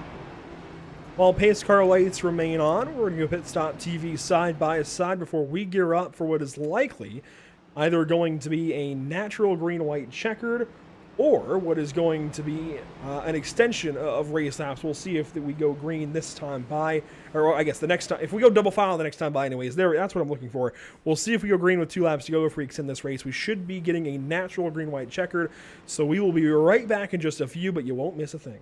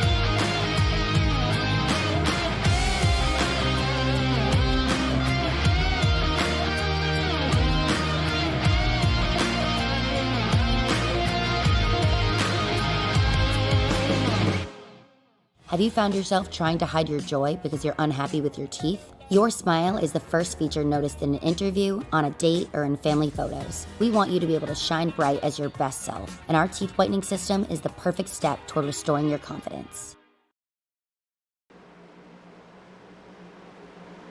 Welcome back to the virtual Pocono Raceway. Just like that, we're going back green flag racing. It is a natural green-white checkered here. Rominger, your leader, on the inside of Ringler. Millet and Gray, row number 2. Green flag is back out, potentially for the final time at Pocono Raceway.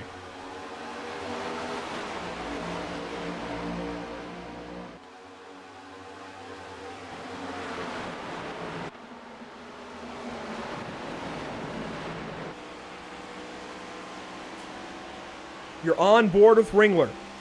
Down the long pond straightaway, he's got the advantage over Rominger. If this restart, if we get back to the start-finish line without a caution, this will be official. Oh, they're spinning out of turn 2. There's a crash. We do have a crash in the back. It looks like Michael Howlett is a part of it, and yes, he is. Car 33 has just crashed at a turn 2. So, we're extending. We're going to Old Farts Overtime. Not a phrase I thought I would have said before, but Old Farts Overtime. Here we go. Oh, heck, they should trademark that. Let's see what happened. This is going to be a bit of a, I guess, a crumbly scenario, if you will.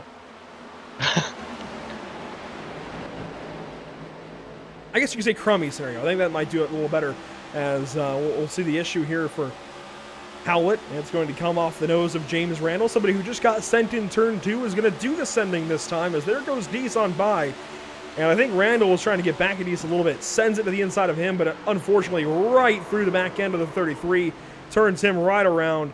And look at that, Dave Bush in another one. As soon as you get back, put back there, it's so tough to miss what happens from there. It's honestly a minefield in any form of motorsport. It's always a minefield coming back through the field after you've been caught up into an incident. You got the fence a little bit out of turn 1. You can see the 3 wide developing. Alan McEwen on the bottom, Randall in the middle. And Randall's just going to send it. I appreciate the send, but man, he went deep. And he got the 5 of Deese a little bit. Thankfully, Bush, I don't think really gets much damage. Yeah, I don't think he got caught up in that at all. So well done by Bush, getting through all that. Let's go to the onboard from Joshua Deese this time. Huge run coming out of turn 1. And this is all going to happen literally to the side and right in front of him into the second corner. Watch Randall go right to the back end of Howlett. And oh, wow. Gets tagged. Yeah, he got a good bit of damage, did Deese. Or at least a good bit of contact at the very least. It looks like he has not pitted under this yellow, so that leads me to believe that it's not too bad of damage. He's been on the racetrack for 4 laps. As far as pitting under this yellow would include Randall and Howlett, which I don't think are surprises in any way, shape, or form. Yeah. In fact, there's Howlett just trying to get service for the first time now. He's already, it looks like, a lap down, potentially. Actually, he might not be. He just took his faster pair. I don't think he's 1 lap down, so he should rejoin these guys on the lead lap for this last restart. He is on the lead lap. He is the last car on the lead lap. Joseph Green, the only lap down car that is running. He is 4 laps down and trying to get those laps back. In fact, there he is. Somewhere. There we go. Through turn number 3 already, so he's wrapping this lap up as the lucky dog. Ringler, Rominger, your top 2, and they switch places once again. So this is, again, where the top side's better. They get through a lap of racing. Second place gets the jump on the restart. First drops to second, and now Rominger, I feel like, is going to have the advantage. I mean, how many times are we to go back and forth like this? It seems like only twice, because we only got 2 green-red checkers. So we got this attempt and 1 more. So we're going to see how these cards fall. It's going to be really nice to see what, honestly, everyone's going to do. The top 5 have a very good chance of being up there for the win. But, hey, anything can happen. It's NASCAR, baby. Oh, no, this is not NASCAR. This is Old Farts. As we get ready to go 1 to green, we're going to extend this race to 79 laps. So 4 extras here. And we're now on the lap 77. So if you look at the races, if you compare the races here of Trent Ringler, started first, currently first, as high as first, low of 5th with 43 laps led, with that of Mike Rominger, who started 12th, has been as high as first, is currently second. He's only got 4 laps led. 43 versus 4, a tale of 2 very different stories, even back to 3rd and 4th, very different stories. Millet has been 3rd just about the entire day, as low as 6th, though. He's got 0 laps led. Klipinski on the outside of row number 2, started 4th, currently 4th. He's led 15 of those laps. So if you combine Klipinski with Ringler, you've got a total of 58 laps led of the 76 run. With only 18 laps to spare, Rominger has led only 4 of them. Dave Bush International has led the other 14. You've got 2 very different stories on each of these front 2 rows. Yeah, it's going to be... it's a toss-up to see who's going to come across the start-finish line first. Anybody right now could really realistically win this. It's a toss-up. Well, I guess make your pick now here. Who do you go with on this restart, Ringler or Rominger? We've seen Ringler have a little more pace, but Rominger, I think, is in the better spot. Oh, I would have to agree with that.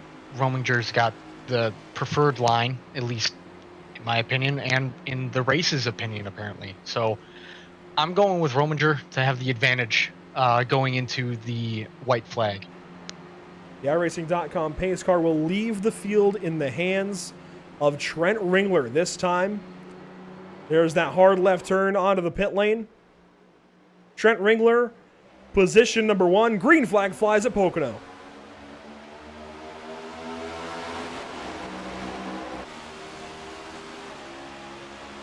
It's a green-white checkered. There's your ticker on the left. You can see where these guys are sorting out to. And that time, a fantastic restart for Ringler. He was in the exact spot he needed to be, put the power down when he needed to, and he's pulling away with a crash in the back.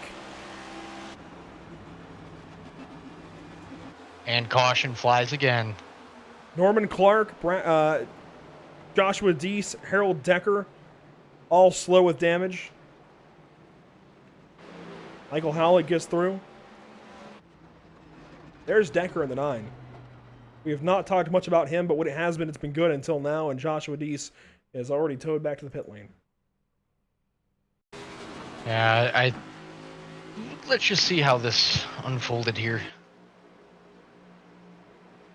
Watch from high above. Now to turn number 1, the 9 and the 5 restarted side by side.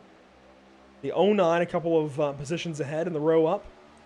So you're watching the 09, the 9 and the 5 car. The 45 now pulls down to the inside of them all. And Decker just gets in the back of Norman. Norman Clark tries to save it, overcorrects, and wow, big hit. Almost had it.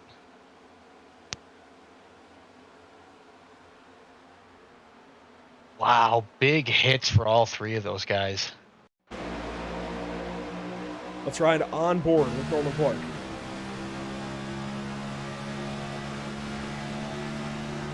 Out of Australia. Just gets hit from Harold Decker and loses it on the overcorrection. Big hit. Yeah, that transition to the apron really got that car to hook back up and send him back up top. Oh, man. Let's go to the onboard with Deese. We used this camera on the previous caution, didn't we? Oh, yes, we did. It's a good cam to have.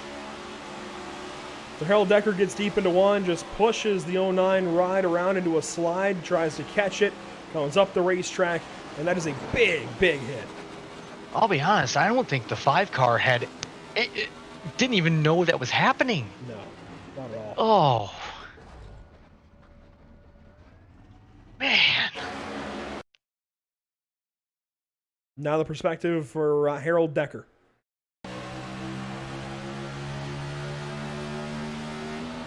Started 11th right in the midfield. Got up to 5th spot at one point. Was looking good earlier on in the day. Going to get into Norman Clark here and a big hit. Wow. He was just trying to roll the corner and he didn't expect the... I believe that was the 09 car to probably hit the brakes there. Obviously, we don't know the full story, so, but that's just what it appears like. Looks like we are still fully under yellow here. Yeah, pace car lights are still on. Well, it seems like they had quick yellows in effect in the middle of the race, well, during the race, it seems like iRacing is saying, no, we're going to do full yellows here for the green, white checkers, allow these guys a little more opportunity to get repairs made. Here's Norman Clark onto the pit lane. He decided to stick it out and drive it back, and that car is all kinds of torn up. I'll give him props for driving it back, though, because it's a 2-minute. Yeah, he stayed on the lead lap doing minimum. it. Yeah, it's a 2-minute minimum to tow back to the pits. So I think he made a smart decision here to further his chances to earn a little bit more points, potentially. Grabs a fast repair, will stay in this race. Harold Decker, though, on the pit lane. He took the tow, and now we'll get the fast repair and get back out there. Joshua Deese in the same boat.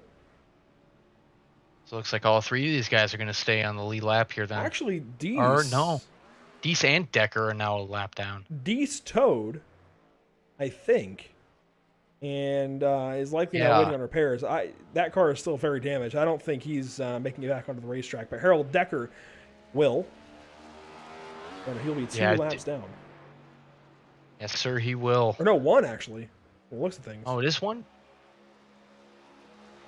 I think it'll be two. It's showing one now.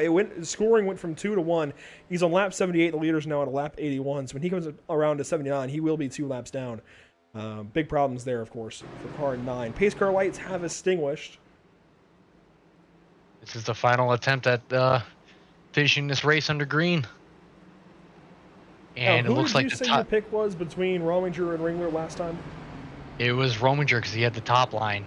And we right now, I'm not so sure. Ringler got, yeah. Conventionally, I would have gone with you. I thought the 951 would have been a perfect opportunity, but he learned, I'm sure, from that last restart. So it's a matter of whether or not he can apply what he just learned and try and improve on this one. I mean, he's got to if he wants to win this race, obviously, and it would be big for him. Let's take a look at the standings coming into tonight. He's 10th. Ringler is barely in the top 20, though, so it'd be even bigger if Ringler can go to victory lane this evening in the 20th spot. Didn't quite have a confirmation on his car number before this evening, so he doesn't have a car number listed on the standings graphic, but comes into tonight 44 points out of the race lead, or points lead, rather. Don't see lateral in the field. Corey Gray, though, should, I'd imagine, take over the points lead. Gray is in the 5th spot. Witt has had some trouble. He's in 12th. Howlett has been all over the place. Martin White as well. And two more drivers that aren't here are Kamara and Gramuglia. Both of those drivers I have not seen today. Several drivers not making the trip, the virtual trip, to the virtual Pocono Raceway. Those standings brought to you by Concrete Floors Company. Let's go ahead and take a look at this restart. Green, white, checkered, this time by Trent Ringler, your race leader. Mike Rominger, second. Into the Geico restart zone. Green flag will fly once more. We're racing. It's the final green, white, checkered at Pocono.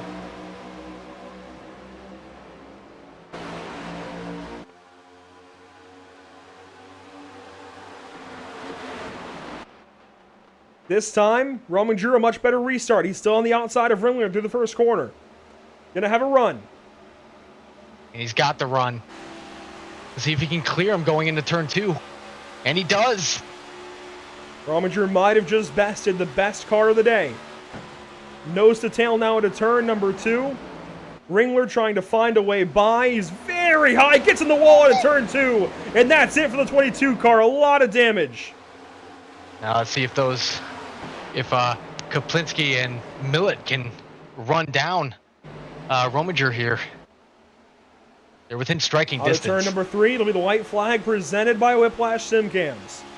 This is the battle for the race lead. Gary Klebinski, who won last week at Texas Motor Speedway, with a run now on Mike Rominger down to turn number 1. He stays in behind. No, he's going to go to the outside of Rominger. We've seen that be the preferred line through turn 1 so much today, but he's not able to make it stick. We're going to see if he gets that run that turn 1's known for here. It does not look like it as they're going down Long Pond straightaway here. He's trying, digging for turn 2. Rominger still out front. It's going to be tough to pass, but if it's going to happen, it's going to happen at turn 3. Tries to get the car just jerked on the weight a little bit, trying to get a run at a turn 2. It's not going to work down to turn 3, maybe. Send it. And no send from Klebinski. Side by side are Millet and Ringler. Ringler might still come out of this with a top 3, but out front it's going to be all car 951. Rominger is going to victory lane to the Poconos. Wow. Really good finish by everyone. Impressive stuff there from Mike Rominger. I really did not expect that. It was all down to that turn 1 restart. It makes or breaks the entire race. And a heck of a job by Rominger there. He stuck it out. He learned from the first green-white checker that he can send it a little bit further into turn 1. So applause to him. Great run. Again, this is going to be a big win for him. Comes into tonight, again, in the 10th spot, 18 points out of the lead. He's definitely going to launch ahead of Crum, Coers, Clark, White, and Moore. Might even jump into the top 3 in points. This is going to be a really, really big day for Mike Rominger in the points. Oh, for sure. And every point counts, especially in a small season like this. It's a 10-race season. As we get to see a smoke show for Rominger. And well-deserved. Well-deserved. He's going to burn things down here at Pocono Raceway, leading just 6 laps out of the 83 that are run this evening. It was a 75-lap race, got extended twice for green-white checkers. A really clean and green first 2 stages. A caution-littered stage number 3. But all in all, a really good day for car 951. Klipinski and Millet will complete your top 3.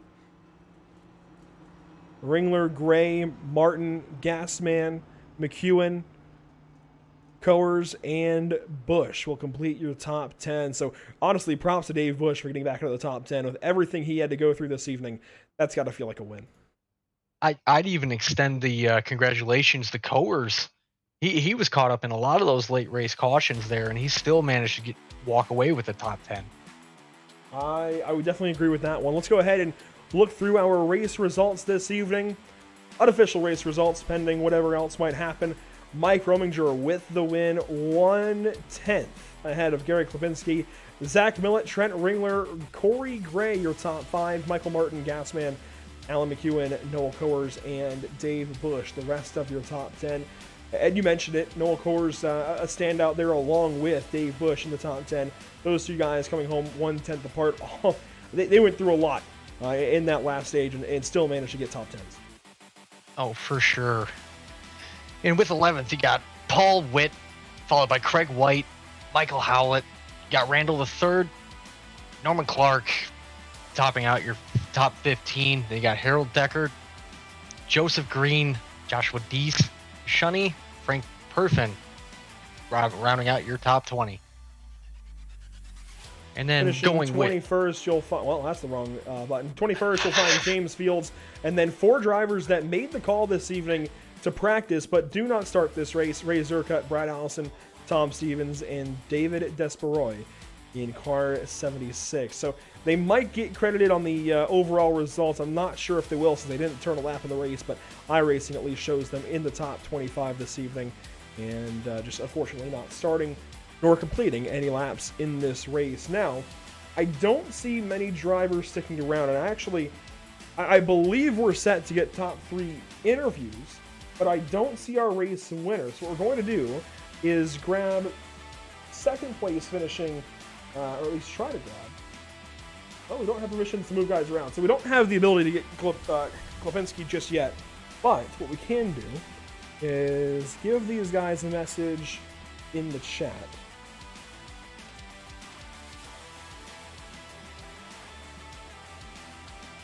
In the meantime, we'll wait to see if any drivers join us post-race. Justin, let's go ahead and look at upcoming races for these guys.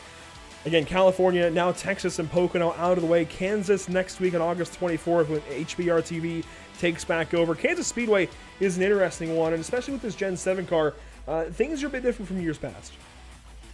Oh, for sure.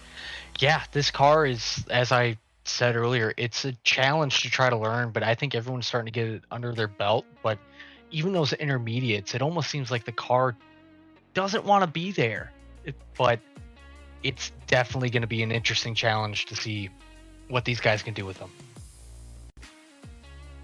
You can see Las Vegas, Chicago, Talladega, Michigan, Indianapolis, and Charlotte, the rest of the schedule. And, you mentioned to me pre-race, Justin, it's a very intermediate schedule, a very intermediate season. No short tracks, no road courses, really no super speedways aside from Talladega, although Michigan will kind of race like one. Very different from what you see in a lot of iRacing schedules. That is for sure. As compared to MPIs, it's very focused on closer racing instead of it's not longer, the full NASCAR year. Exactly. It's very much moved around. It looks more like if you were to take oval tracks and jumble them into a normal iRacing season schedule where you run 12 weeks of racing throughout the course of a season, it looks a lot more like that. If you were to make it just a random schedule of races that did not follow NASCAR at all, which I think is very interesting. I like when leagues do that to a point. It looks like they got a good mix of racetracks that are going to have the kind of racing we saw tonight. Good side-by-side racing, a little bit of leader can get away, a little bit of hard to pass, a little bit of speedway feel, a little bit of strategy in tires and fuel, but it was a good all-around race this evening here at Pocono Raceway. I like everything we had. I really do. I couldn't agree anymore. This race had everything you could imagine. It had good green flag runs. It had a little bit of strategy thrown in there with his name, Craig White, with the two-tire strategy coming out of going into stage 3 there. And then near the end, you had just chaos, but it led us to a thrilling finish. So I'd say they checked every box on the list here. Looks like drivers might be getting ready to talk to us, but we can't, unfortunately. So if the admins are listening here, we can't move anybody down here. If you guys can help us with that, that'd be fantastic. But upcoming broadcasts here at PitStop TV in the meantime look a bit like this. The final broadcast for us with the MPI Cup Series this weekend on Sunday. That's at 9 p.m. Eastern. And Justin Erb already said he was a driver to watch, more or less, saying he's practicing for it. Feels like he's a road racer at heart. We'll see if he can work his way into the playoffs. I think this is a very, very key race for a lot of drivers in the field. Wouldn't you agree, Justin? A lot of guys with opportunities maybe on this road course. I know Mario Miranda and Lawson Peel feel like gimmies, but at the very least, there's a lot of points up for grabs for a lot of you guys. Well, I mean, it's a road course, and judging on our past track record, excuse the pun, those two actually might get back into it if Coda was anything. But those guys, they're great. I can't wait to see what they're going to do, but it's a road course. Anything's going to happen. A lot of guys are on the cusp of reaching those playoffs. So it's going to be very, very interesting. It's going to be a very key race, as you said, for, I'd say, about a good 10 drivers to have a decent finish there to either solidify, make it in, or squeak their way into the playoffs. You can see the rest of your, the upcoming broadcast for the next couple of weeks here at PitStop TV. A lighter month, a lighter few weeks to finish out August here. All we have is Outlaw Sim Series action after the conclusion of our portion of coverage for the MPI Cup Series. It'll be just the Outlaw Sim Series for the Nashville Super Speedway and the Kansas Speedway. Nashville is their final race to move into... Yeah, their final race. Sorry. So, Zach Millett, I did just see your message. We don't have permissions to move anybody. I don't know if anybody can help us with that, but we don't have permissions to move you guys out into a channel, which we could do so. But point being, the Outlaw Sim Series Wednesday at Nashville Super Speedway. They are wrapping up Bristol, actually, I believe, as we speak. I can go over and take a look. There's Mike Rominger. We'll talk to him in just 1 second. Bristol might just be wrapping up for them. The Outlaw Sim Series, yes, they are race over. So you can kind of see how they're doing here after we're done at Pocono. And then they have their all-star race next week at Kansas Speedway. But in the meantime, Mike Rominger, what in the heck happened on those last few restarts? We took a couple of bets. Justin thought you were in the key spot on those last couple of restarts, being on the top side, and it definitely seemed like it. Yeah, it seems like you could get a better run, restart there on the outside and get a better run off of 2. I done it on that one restart and got the lead, but I was hoping I'd get the outside on that last one, and I did. So I think that's what got me the win. And of course, we here at PitStop TV, we're brand new to you guys here at Old Fart Sim Racing. We still get a kick out of that name every time we say it, but you guys all race with tons and tons of respect on track, which you don't always see in every iRacing league anymore. What is it like here in the culture? What is it like to race with these guys week in, week out, and always have respect? Oh, well, it's a good league to run in because, this is my first season here, and, every time I've raced, they've always treated me with respect. So, it's just, I think it's the older fellers kind of deal. They have respect for people. Yeah, you guys really had respect all night long, and an up and down night for you, but by the end it was all up from 12th up to first place. How do you think this is going to help you the rest of the season? Obviously, a race win and being 10th at the points with everything so close together, you're going to move up a lot of spots. How do you feel going into Kansas next week?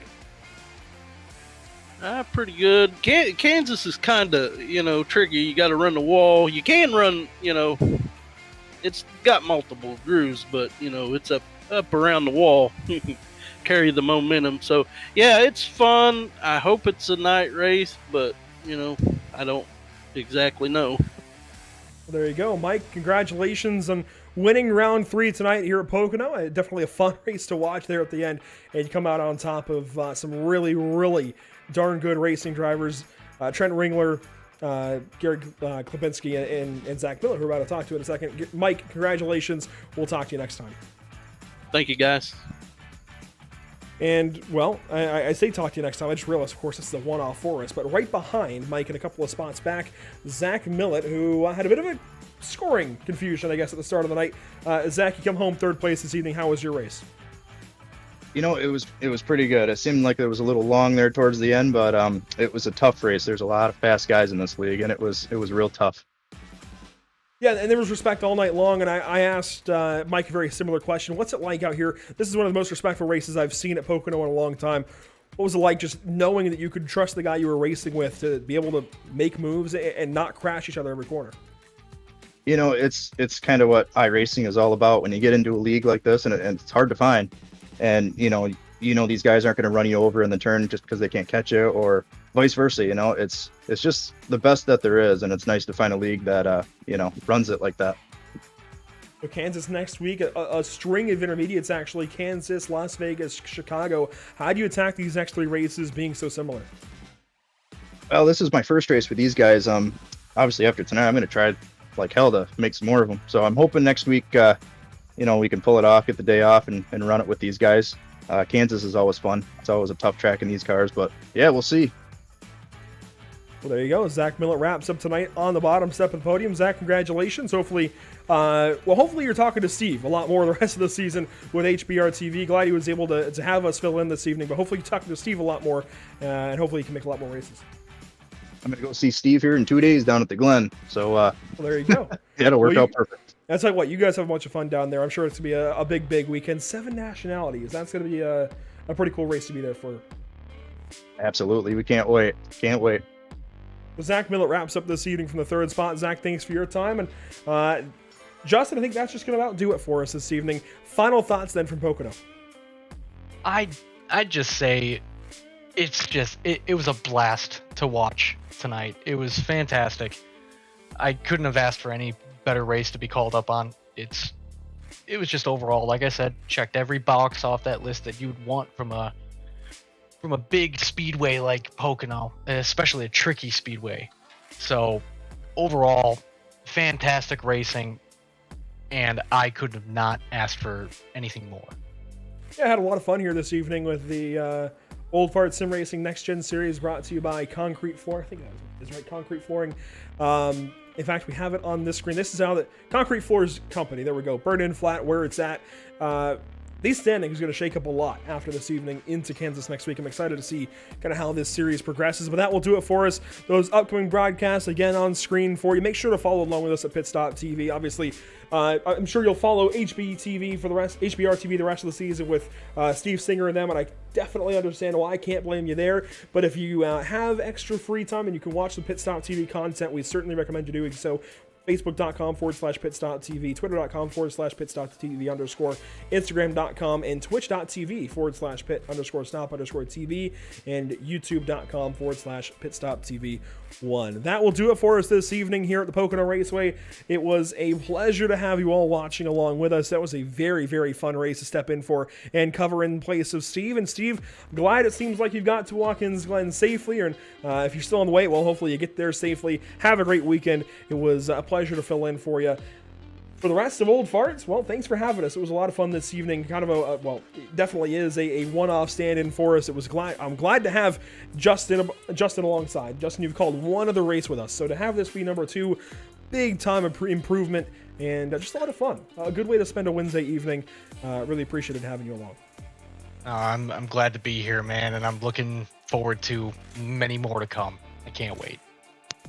Once again, that'll do it for us this evening from Pocono. Thanks so much for watching. Hopefully you're joining us Sunday evening for the MPI Cup Series from Watkins Glen International. Otherwise, wherever Steve is broadcasting from next, have fun over HBR TV. Certainly appreciate those guys. We'll see you all next time.